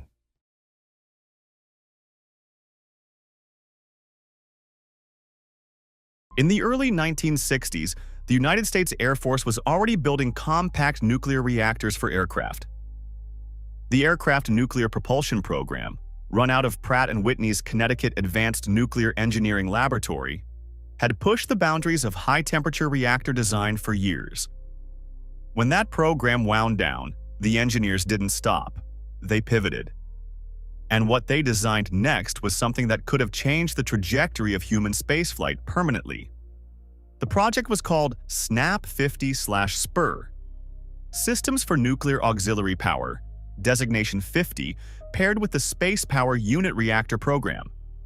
It originated around 1961 to 1962, evolving directly from the aircraft reactor work into a compact, high-power fission system designed primarily for large orbital space stations, the kind of modular, permanently crewed platforms that NASA envisioned as the next step after Apollo.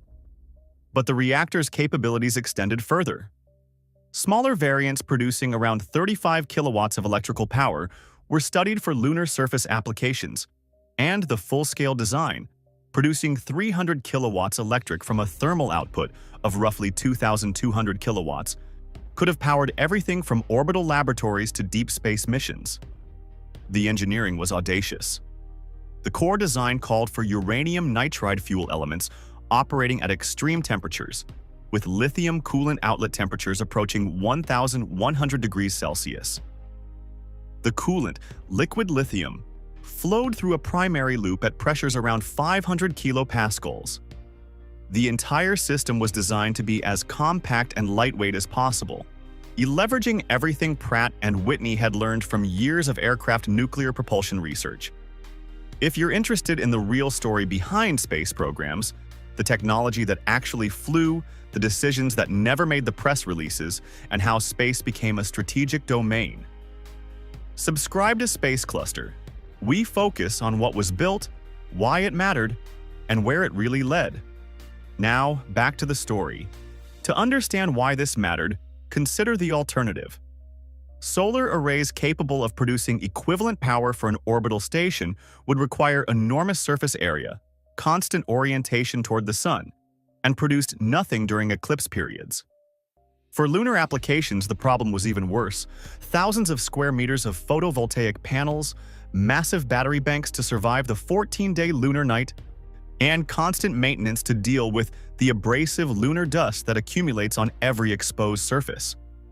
A nuclear reactor would simply run continuously for years. Pratt and Whitney Aircraft led the development, working under contract to NASA and the Atomic Energy Commission. Their engineers at Cornell had spent the late 1950s mastering high-temperature materials, liquid metal coolants, and the brutal thermal management challenges that came with pushing reactor designs to their limits. SNAP-50 built on that expertise and extended it into space. The uranium nitride fuel was critical. Unlike uranium oxide, the standard for most reactor designs of the era, uranium nitride offered higher thermal conductivity and could operate at significantly higher temperatures without degrading. This meant more power from a smaller core and more efficient heat conversion. The fuel elements were fabricated as cylindrical pellets, clad in refractory metal alloys engineered to withstand both the intense neutron flux and the corrosive lithium coolant. Lithium as a coolant was equally important. Its low atomic mass meant minimal neutron absorption, keeping the reactor physics favorable. Its high heat capacity and thermal conductivity allowed efficient heat transfer from the fuel to the power conversion system, and its low density kept the coolant loop light enough for launch. But lithium is viciously reactive, particularly at the temperatures SNAP-50 demanded, and managing its chemistry within the reactor required extensive materials research that pushed the state-of-the-art. The power conversion system was where the design got particularly ambitious. The primary approach used a Rankine cycle turbine system with potassium as the working fluid. Liquid potassium would be boiled by the reactor's heat, the vapor would drive a turbine to generate electricity, and the spent vapor would be condensed and recycled. This was far more efficient than the thermoelectric converters used in smaller SNAP reactors, but it introduced real engineering complexity. Turbine bearings operating in potassium vapor, seals that had to contain a reactive alkali metal at high temperatures, and boiler systems that had to function reliably in zero gravity. Some design variants also studied thermoelectric and thermionic conversion as alternatives, but the Rankine turbine remained the baseline for the full power system. Waste heat would be rejected through radiator panels extending from the spacecraft or station structure. In the vacuum of space or on the lunar surface, these radiators would glow at dull red temperatures, shedding the thermal energy that the conversion cycle could not capture. By 1964, the program was making real progress. Annual reports documented advancing designs. Test facilities were being constructed and operated. Materials were being characterized under reactor conditions.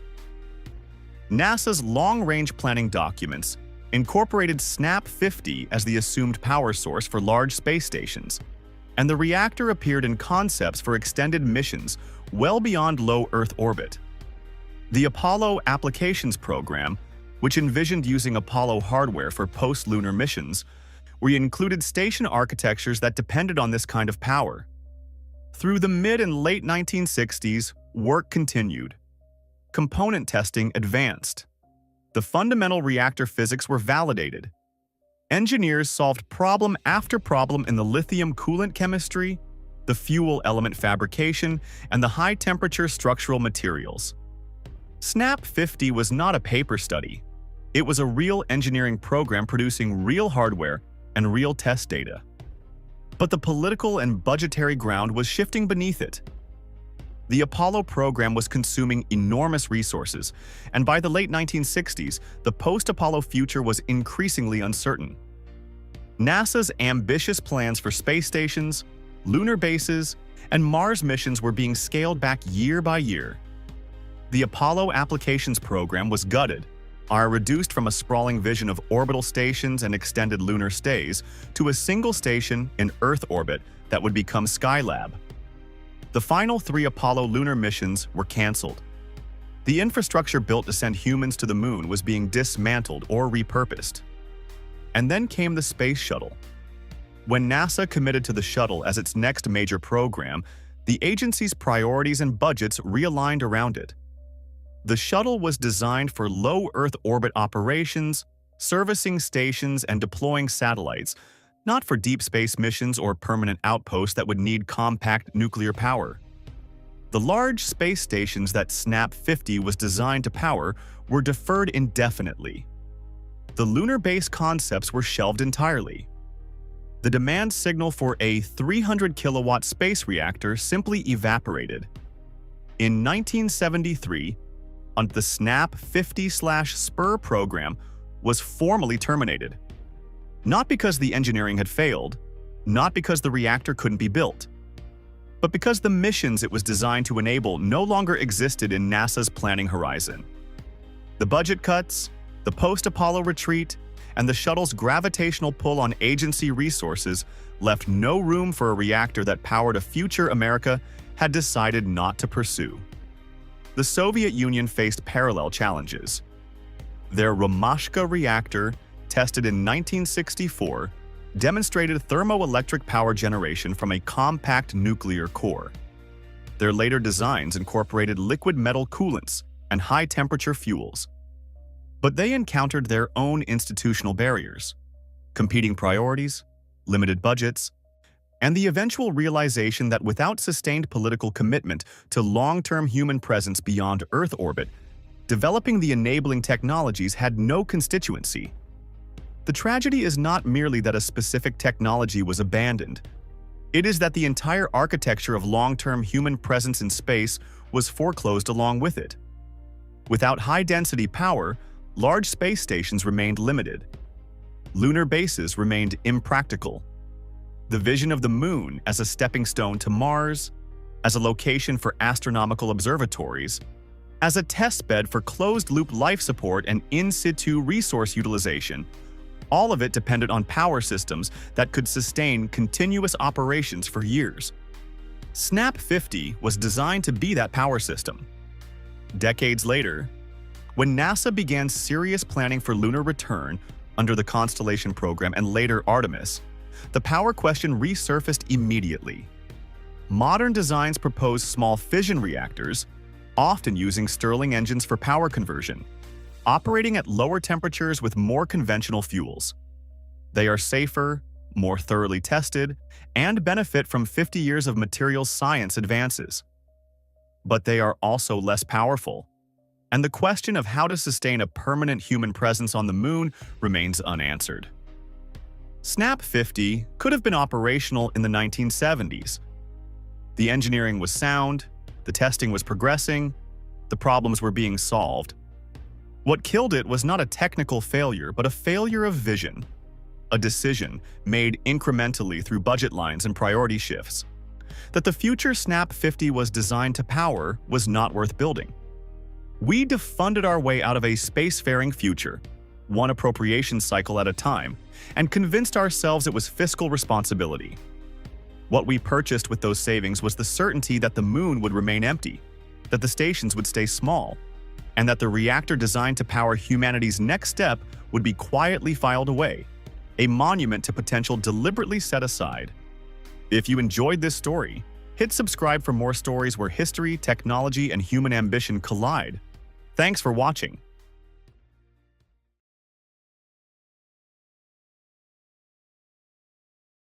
In 1960, in a secure facility somewhere in America, engineers achieved something extraordinary. They built a nuclear reactor small enough to fit in a compact car that could power a spacecraft for years in the depths of space. The SNAP-2 reactor reached full operational capacity, 5 kilowatts of electrical power, enough to run sophisticated instruments far beyond the reach of the sun's light. It passed every ground test. It worked. But here's the thing nobody talks about. SNAP-2 never flew. Not because it failed, but because it succeeded, and in doing so, became trapped by the very forces that created it. This is the story of the nuclear reactor that could have changed everything, and the engineers who watched their masterpiece vanish into the shadows of history. To understand why SNAP-2 mattered, you need to understand the power problem that haunted every space engineer in the late 1950s. Picture yourself trying to design a mission to Jupiter. You've solved the rocket equation, you've figured out the trajectory. But then comes the question that kills dreams. How do you power your spacecraft for the 5-year journey? Solar panels? They're pathetically inadequate once you venture beyond the inner solar system, where sunlight dims exponentially with every mile traveled. Chemical batteries? They offer even worse prospects, degrading within months and adding crushing weight for minimal output. The mathematics were brutal and unforgiving. This was the impossible problem that landed on Harold Finger's desk. As director of the SNAP program, Systems for Nuclear Auxiliary Power, at the Atomic Energy Commission, Finger carried the weight of America's deep space ambitions on his shoulders. He understood what most people couldn't grasp. Without a revolutionary power source, humanity's reach would forever stop at Mars. Everything beyond, the gas giants, the outer solar system, the vast darkness between worlds, would remain eternally out of reach, not because we couldn't get there, but because we couldn't power anything once we arrived. Finger sat in planning meetings at NASA headquarters in 1959, making his case to skeptical administrators. His vision was audacious, a family of nuclear reactors specifically designed for space, with SNAP-2 targeting 3 to 5 kilowatts for satellite and deep space applications. The multi-kilowatt power sources would operate for years, maybe decades, in the harshest environment imaginable. But every time he presented his plans, he faced the same visceral pushback. You want to launch a nuclear reactor on a rocket? What if it explodes during launch? The specter of a radioactive disaster, debris raining down on populated areas, haunted every conversation. One accident, just one, could doom nuclear space power forever and turn public opinion into an insurmountable wall. Yet Finger had something more powerful than optimism. He had necessity on his side, and he had the Cold War. Rumors filtered through intelligence channels that the Soviet Union was developing their own space nuclear program. The space race, already fierce, now extended into power systems. Whoever solved the deep space power problem first would own the future of space exploration. The stakes couldn't be higher, and Finger knew it. America needed SNAP-2 to work, not just for scientific prestige, but for strategic dominance in the new frontier. But having a vision and building the machine are separated by an ocean of engineering nightmares. That's where the real story begins. In the hands of the engineers who had to transform Finger's dream into spinning atoms and flowing electrons. The SNAP-2 reactor that emerged from Atomics International was unlike anything built before. Previous nuclear reactors were massive installations, housed in concrete bunkers with cooling towers reaching toward the sky. SNAP-2 had to be different, compact enough to launch, light enough to reach orbit, and robust enough to operate in the vacuum of space without any of the safety systems terrestrial reactors took for granted. The engineering team faced constraints that would have seemed impossible just a decade earlier. At the heart of SNAP-2 sat a heterogeneous core design that represented a masterpiece of nuclear engineering. The fuel elements combined uranium with zirconium hydride, creating a material that served double duty. The uranium provided the nuclear fuel, while the zirconium hydride acted as a moderator, slowing down neutrons to sustain the chain reaction. Surrounding this core, beryllium and graphite reflectors bounced escaping neutrons back into the fuel, squeezing every possible reaction from the precious uranium. It was elegant, efficient, and completely unproven for space applications. The real challenge came with heat transfer. Nuclear fission generates tremendous thermal energy. SNAP-2's core would operate at temperatures exceeding 1,000 degrees Fahrenheit. That heat had to be captured, transported, and converted into electricity. The engineering team chose liquid sodium-potassium alloy, known by its chemical symbol, Na-K, as the coolant. This metallic liquid could absorb enormous amounts of heat and flow through the reactor's veins, carrying thermal energy away from the core. But Na-K came with a terrifying downside. It's extraordinarily reactive, exploding on contact with water and burning fiercely in air. Working with NOC meant developing entirely new sealing technologies, new testing protocols, new safety procedures. A single leak during testing could mean catastrophic failure and potentially fatal consequences for the engineers nearby. The team persevered, driven by the knowledge that they were building something unprecedented. The Na-K coolant flowed through primary loops, absorbing heat from the reactor core and carrying it to the conversion system. And here's where SNAP-2 became truly revolutionary. Instead of using turbines or generators with their moving parts and inevitable mechanical failures, the system employed thermoelectric modules. These solid-state devices converted heat directly into electricity through the Seebeck effect. When one side of certain materials is hot and the other cold, electrons flow, creating electrical current. No spinning parts, no wearing components. Just temperature differential and physics. The entire reactor and conversion system massed approximately 950 kilograms, heavy by modern standards but remarkably light for a nuclear power plant, capable of generating kilowatts for years. Every component had been scrutinized, optimized, and tested to the breaking point. The engineers had created something that existed at the bleeding edge of what physics and materials science would allow. But building a nuclear reactor for space meant solving a problem that terrestrial power plants never faced: radiation shielding in a mass-constrained environment. The reactor core emitted intense neutron radiation and gamma rays, enough to destroy unshielded electronics in minutes and deliver lethal doses to humans in hours. On Earth, you solve this problem with mass, thick concrete walls, water pools, distance. In space, every kilogram is precious, bought with rocket fuel and engineering compromises. The SNAP-2 team needed a shield that could protect spacecraft systems and potential crew without making the entire package too heavy to launch. The solution came in the form of lithium hydride, a remarkable material that seemed almost designed for this exact purpose. The hydrogen atoms in lithium hydride are extraordinarily effective at slowing down fast neutrons through successive collisions, like trying to stop a bullet by shooting ping pong balls at it, except the ping pong balls actually work because of quantum mechanics. Once the neutrons are slowed, the lithium atoms capture them, removing them from the radiation field.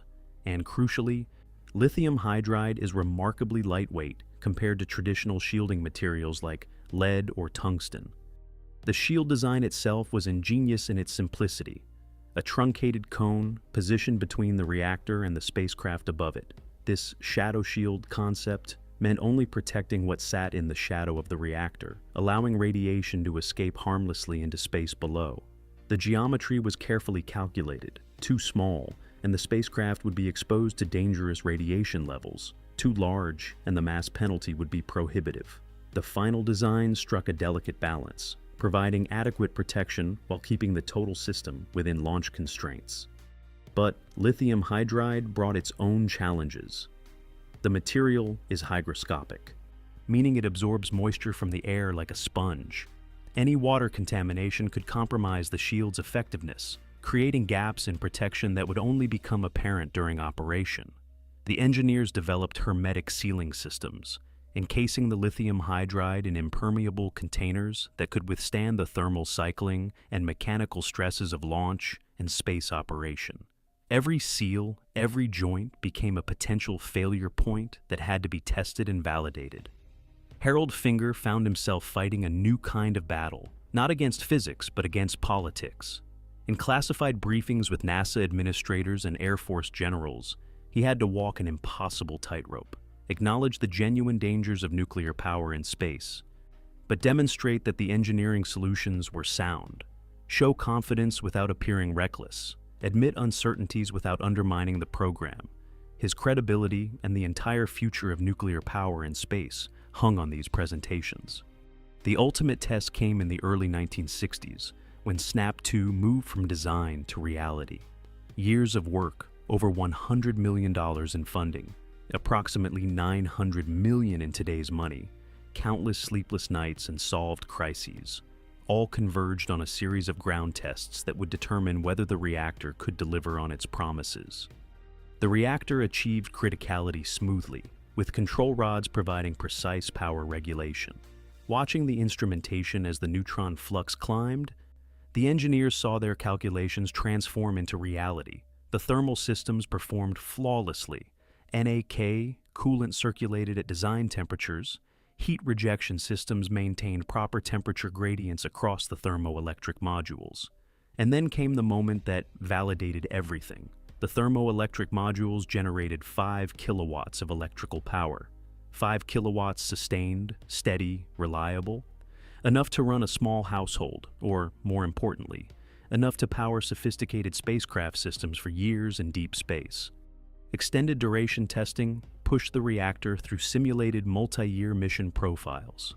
The reactor operated for thousands of hours in vacuum chambers that mimicked the space environment. No air for convection cooling, only thermal radiation to shed waste heat. Every test brought new data, new confidence, new validation that SNAP-2 was ready. The engineers had done it. They had built a nuclear reactor that could power humanity's expansion into deep space. But success became a prison. The moment SNAP-2 proved it worked, something unexpected happened. Security classifications tightened dramatically. The Atomic Energy Commission and Department of Defense began classifying virtually every technical detail: reactor specifications, fuel composition, conversion efficiency, test results, even photographs of the facility. The entire design file disappeared behind classification walls. NASA engineers who might integrate SNAP-2 into actual missions couldn't access the data they needed. Test videos that could have demonstrated the technology's viability to mission planners were locked away. Failure analysis that could have improved future designs became inaccessible. Fuel specifications, thermoelectric converter data, operational parameters, all classified. The paranoid logic of the Cold War had created an absurd situation. SNAP-2 was too successful to share. The very capabilities that made it valuable for American space missions also made it sensitive information that couldn't be released. The reactor that was supposed to power America's expansion into space instead became a secret that couldn't be told, a solution that couldn't be implemented, a masterpiece that couldn't be displayed. Harold Finger sat in increasingly tense meetings at AEC headquarters in 1965 and 1966, watching his life's work being slowly suffocated. The antagonistic forces were no longer technical. They were political, bureaucratic, and economic. Mission requirements were shifting.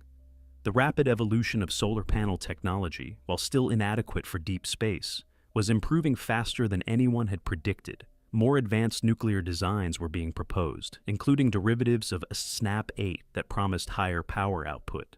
And, crucially, the specific missions that SNAP-2 had been designed to power were being canceled or redesigned. The tragic irony was complete. SNAP-2 had demonstrated that the technology was viable. The reactor worked. It generated its target power output. It operated reliably under simulated space conditions. But by the time it was ready, the world had moved on. More advanced systems were available, mission planners were designing around different power requirements, and the classified nature of SNAP-2's success meant that the broader space community couldn't learn from it, couldn't build on it, couldn't integrate its lessons into future designs. The engineers who had devoted years of their lives to SNAP-2 watched their creation become obsolete, not through failure, but through bureaucratic entropy. The reactor that was supposed to fly to Jupiter, to Saturn, to the outer darkness of the solar system, never left Earth. It sat in its test facility, a fully functional nuclear power plant designed for space, going nowhere. Eventually, the program was terminated. The hardware was either dismantled or disappeared into storage. The documentation remained classified. The knowledge, hard-won through years of engineering challenges, scattered as the team moved on to other projects. Looking back across the decades, SNAP-2 stands as a monument to both human ingenuity and institutional dysfunction. The engineers solved problems that had never been solved before. They created materials science innovations, developed new testing protocols, pushed the boundaries of nuclear engineering and space systems integration. The heterogeneous uranium-zirconium hydride fuel design, the NAK cooling system, the thermoelectric conversion modules, the lithium hydride shadow shield. Each represented a triumph of engineering over seemingly impossible constraints. The reactor's 5 kilowatt output might seem modest by modern standards, but in 1960, it represented a revolution. 5 kilowatts sustained for years in the vacuum of space from a package massing less than a ton. That power density, that reliability, that longevity, these were the keys to deep space exploration. With SNAP-2, missions to the outer solar system would have been powered by American nuclear technology, carrying instruments that could operate for decades rather than months. But the story of SNAP-2 is ultimately about more than engineering specifications and power outputs. It's about the humans who built it, engineers like Harold Finger, who fought bureaucratic battles to keep the program alive, the unnamed team members at Atomics International who solved the NAK coolant challenges, who designed the shield geometry, who tested and refined the thermoelectric modules. These were people who believed they were building the future, who saw their work as opening the cosmos to human exploration. The secrecy that killed SNAP-2 was born from legitimate concerns. Nuclear technology was sensitive, and the Cold War made every advantage precious. But that secrecy also prevented the cross-pollination of ideas, the sharing of lessons learned, the building of institutional knowledge that drives technological progress. When SNAP-2's design files were classified, when its test results were locked away, when its engineers couldn't publish or share their work, the entire space community lost access to a wealth of knowledge. Future reactor designs had to rediscover solutions that SNAP-2 had already found. Problems that had been solved had to be solved again, wasting time and resources. The 950-kilogram reactor that generated 5 kilowatts of power sits now only in declassified documents and fading memories. The hardware is gone. The facilities have been repurposed or demolished. The engineers have retired or passed away. But the ghost of SNAP-2 haunts every discussion of nuclear power in space. When modern mission planners consider nuclear reactors for Mars bases or deep space probes, they are walking paths that SNAP-2's engineers blazed decades ago. When new reactor designs use uranium hydride fuels, or thermoelectric conversion, or shadow shielding, they are rediscovering solutions that SNAP-2 proved viable in 1960. There's a particular poignancy in success that goes unrecognized. SNAP-2 worked. It achieved its design goals. It demonstrated that nuclear power in space was not just possible, but practical. And then it disappeared, not into the cosmos it was built to explore, but into the classified archives of Cold War secrecy. The reactor that was supposed to power humanity's expansion into deep space instead became a footnote, a might have been, a road not taken. We can only speculate about the alternate history where SNAP-2 flew. Perhaps missions to Jupiter would have launched a decade earlier, powered by reliable nuclear reactors instead of waiting for radioisotope thermoelectric generators. Perhaps the lessons learned from operational space reactors would have accelerated the development of more advanced systems. Perhaps the public would have become more comfortable with nuclear power in space, seeing it as a tool for exploration rather than a threat.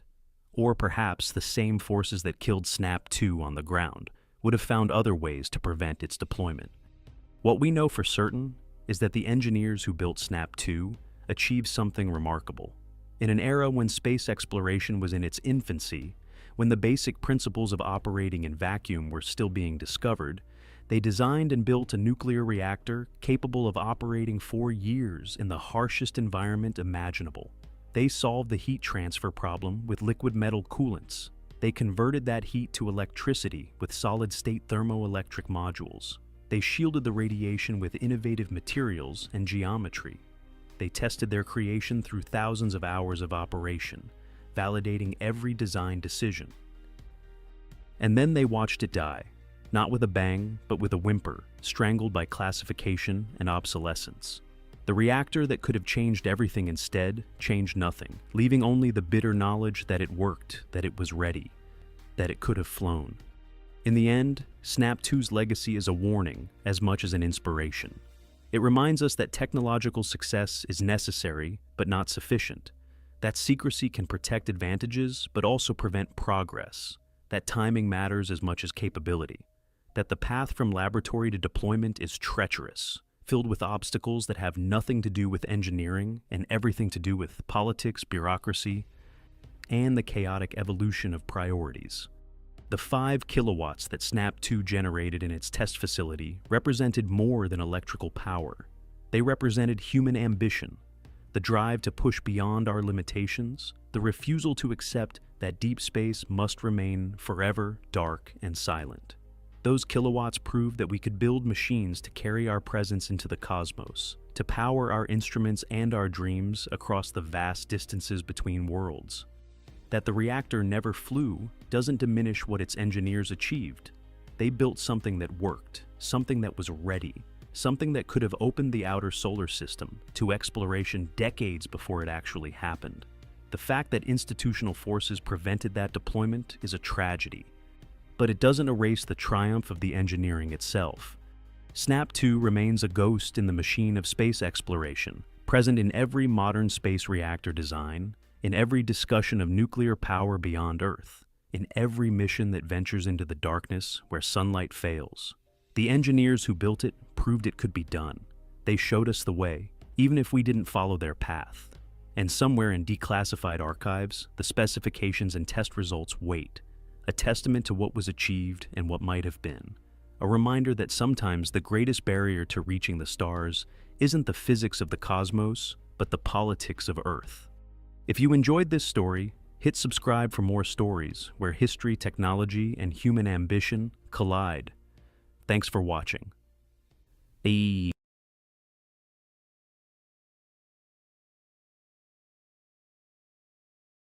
1964, NASA engineers were designing something remarkable.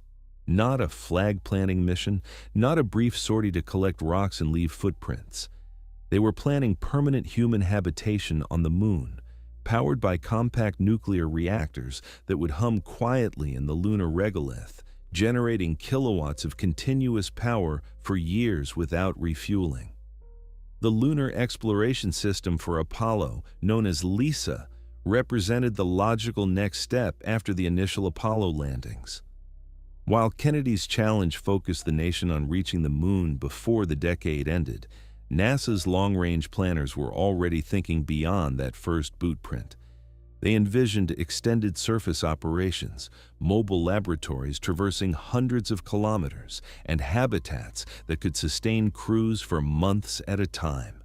All of this required power, substantial and reliable power, far beyond what solar panels or fuel cells could provide in the harsh lunar environment. The numbers told the story. A basic Apollo lunar module carried enough battery and fuel cell capacity for perhaps 75 hours on the surface. The LISA concept called for 14-day missions initially, extending to 30 days and eventually 90-day stays. The power requirements scaled accordingly. Life support systems, environmental controls, scientific instruments, communication arrays, and the mobility systems needed to make extended exploration worthwhile. All of this demanded kilowatts, not watts. Solar panels presented problems. The lunar day lasts 14 Earth days, followed by 14 days of darkness at temperatures approaching -170 degrees Celsius. Battery storage for 2 weeks of night operations was impractical with 1960s technology. The mass alone would have required multiple Saturn V launches just to deliver the power system. Nuclear reactors offered an elegant solution. Compact, reliable, indifferent to day or night, capable of operating for years with no moving parts in the primary system. The Atomic Energy Commission had been developing space reactor technology since the late 1950s under the SNAP program, Systems for Nuclear Auxiliary Power. By 1964, several reactor designs existed that could theoretically meet NASA's requirements. SNAP-10A had already flown in space, the first and only U.S. nuclear reactor to operate in orbit, generating 500 watts for 43 days in 1965 before a non-nuclear system failure ended the mission. More powerful designs were on the drawing boards. The MOLAB concept emerged from this planning environment. The Mobile Lunar Laboratory was not a small rover like the later lunar roving vehicle that flew on Apollo 15, 16, and 17. MOLAB was a truck-sized pressurized vehicle, a habitat on wheels that could travel hundreds of kilometers from the landing site while maintaining shirt-sleeve environment for a crew of 2. The design studies showed a vehicle roughly 6 meters long, 3 meters wide, mounted on large wire mesh wheels that could navigate the boulder fields and crater slopes that defined much of the lunar terrain. Inside, the crew would have bunks, a small galley, waste management facilities, and a comprehensive suite of scientific instruments. The vehicle would serve as both transportation and temporary base, allowing geological surveys far beyond the range of a suited astronaut on foot. Power requirements for MOLAB were substantial. The life support system alone needed several kilowatts continuous. Heating during the lunar night, cooling during the day, communications, navigation, the science package. All of these systems drew power constantly. The mobility system, whether electric motors or some hybrid arrangement, demanded even more during transit. Early studies suggested a minimum of 10 kilowatts, with 15 to 20 kilowatts preferred for operational flexibility. No battery technology of the era could provide this for the planned mission durations. Solar panels would have worked during the lunar day but required the vehicle to remain stationary during the 2-week night or carry impossible amounts of battery storage.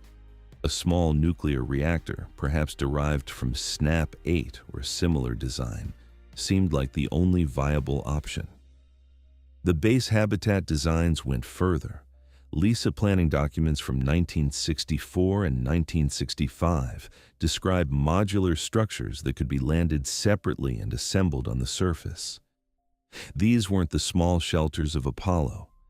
They were laboratory complexes with dedicated areas for geology, biology, astronomy, materials science, and medical research. Power requirements ranged from 25 to 50 kilowatts, depending on the configuration and crew size. Some designs called for multiple reactors, providing redundancy and allowing maintenance on one unit, while others continued operation. The reactors would be buried in the regolith, both for radiation shielding and thermal management, with only power cables running to the habitat modules. This is where the story takes its dark turn. Because while NASA engineers were calculating power budgets and habitat volumes, while contractors were designing reactor mounting systems and radiation shields, while the agency was committing these plans to paper and presenting them to Congress, they were missing critical information. Information that existed that had been measured and characterized in extensive testing programs, but information they could not access because of classification barriers erected by the Atomic Energy Commission and the Department of Defense. The problem was not that space reactor technology was classified. NASA had clearances. The agency worked closely with the AEC on nuclear propulsion studies, on reactor designs, on the basic physics and engineering. The problem was more subtle and more damaging. The detailed hazard data, the precise measurements of radiation release during accident scenarios, the contamination studies showing exactly what would happen if a reactor failed during launch or landing. This information existed in classified test reports that NASA was not permitted to see. Understand what this meant in practical terms. NASA engineers needed to know how much shielding to place between a reactor and the crew habitat. This is not a simple calculation. It depends on the reactor design, the fuel type, the power level, the geometry of the installation, and critically, on what happens when things go wrong. A reactor operating normally produces a known radiation field that can be shielded with understood amounts of material. But a reactor that has experienced a coolant leak or a control failure or physical damage during landing, that reactor might produce very different radiation signatures. It might release volatile fission products. It might experience localized power excursions. The shielding requirements could change dramatically. The AEC had conducted extensive testing on these failure modes. They had deliberately destroyed test reactors under controlled conditions to measure what happened. They had characterized the release of cesium-137, strontium-90, iodine-131, all the nasty fission products that make reactor accidents dangerous. They had measured gamma-ray spectra, neutron fluxes, contamination patterns. This data existed. It sat in file cabinets at Los Alamos, at Sandia, at the National Reactor Testing Station in Idaho. But it was classified, not because of the reactor designs themselves, but because the failure mode analysis revealed information about nuclear weapons effects. The connection was not obvious, but it was real. Understanding how fission products disperse from a damaged reactor core requires understanding blast physics, thermal effects, and radioactive transport mechanisms that are identical to the physics of nuclear weapons fallout. The models used to predict contamination from a reactor accident were derived from weapons test data. The measurement techniques, the instrumentation, the analysis methods, all of this technology had dual-use implications. So it was classified, buried behind security barriers that prevented NASA engineers from accessing it, even though they had legitimate need and appropriate clearances. This created an impossible situation. NASA was planning to place nuclear reactors on the moon, devices that would be launched on rockets, landed on an airless body with 1/6 Earth's gravity, operated remotely or in close proximity to crew, and potentially abandoned in place when missions ended. Every one of these operations carried risk. A launch failure could scatter reactor fuel across the Atlantic. A landing accident could breach the reactor vessel and contaminate the landing site. A coolant failure during operations could expose the crew to radiation. An abandoned reactor could become a hazard for future missions to the same region. NASA needed to quantify these risks, to design mitigation measures, to prove to Congress and the public that the benefits justified the dangers. But they could not do this properly without the hazard data. They could make conservative assumptions, and they did. They could use unclassified reactor physics codes to estimate radiation fields, and they did. They could design shielding based on worst-case scenarios, and they did. But they could not perform the detailed safety analysis that the mission actually required. They could not tell Congress with confidence how deep to bury the reactor because they did not have access to the contamination dispersion models. They could not specify crew shielding mass with precision because they did not know the exact spectrum of radiation that would emerge from various failure scenarios. They could not plan emergency procedures because they did not understand the timeline of a reactor accident in lunar conditions. The burial depth question was particularly vexing. Lunar regolith provides excellent radiation shielding. It is effectively rock powder, dense and uniform, and a few meters of it will stop most radiation. But how much was needed? The answer depended on the reactor design, the power level, and critically, on whether the reactor was operating normally or had experienced some failure. An operating reactor might need 2 meters of overburden. A damaged reactor leaking fission products might need 5 meters or 10, or might contaminate the regolith so thoroughly that burial was pointless. NASA did not know because the AEC would not share the data. The contamination studies were equally problematic. The moon has no atmosphere, no weather, no rain to wash away contamination. Radioactive material released on the lunar surface would remain there, effectively forever, moved only by micrometeorite impacts and the slow gardening effect of cosmic ray bombardment. A reactor accident could render a large area unusable for future missions. But how large? What isotopes would be present? How would they distribute in the regolith? What radiation levels would persist after a year, a decade, a century? The AEC had studied these questions in the context of nuclear weapons effects on Earth. The models existed. The data existed. NASA could not see it. By 1966, the LISA program was running into serious trouble. The technical challenges were mounting, the costs were escalating, and the safety questions remained unanswered. NASA tried to work around the classification barriers. They commissioned their own studies using unclassified data. They hired contractors with appropriate clearances to perform analyses using classified information and deliver sanitized results. They negotiated with the AEC for access to specific data sets. None of this worked well. The unclassified studies were too conservative, predicting shielding requirements so large that the reactor systems became impractical. The contractor studies delivered conclusions without the supporting data, making it impossible for NASA engineers to verify the results or adapt them to design changes. The AEC negotiations moved slowly, bogged down in bureaucratic processes, and genuine security concerns. The political environment was shifting as well. The Apollo program was consuming enormous resources. The Vietnam War was escalating, draining federal budgets and public attention. The initial enthusiasm for space exploration was fading as the reality of costs became clear. Congress was asking harder questions about NASA's long-range plans.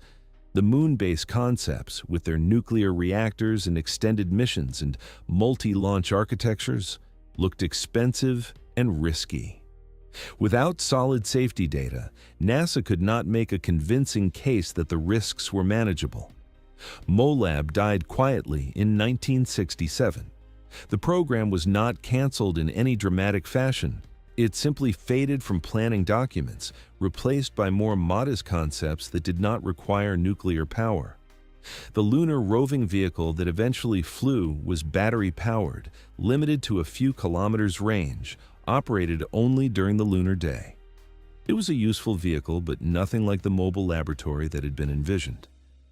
The LISA program lingered a bit longer, gradually shrinking in scope until it too disappeared, absorbed into the general post-Apollo planning that never quite materialized into hardware.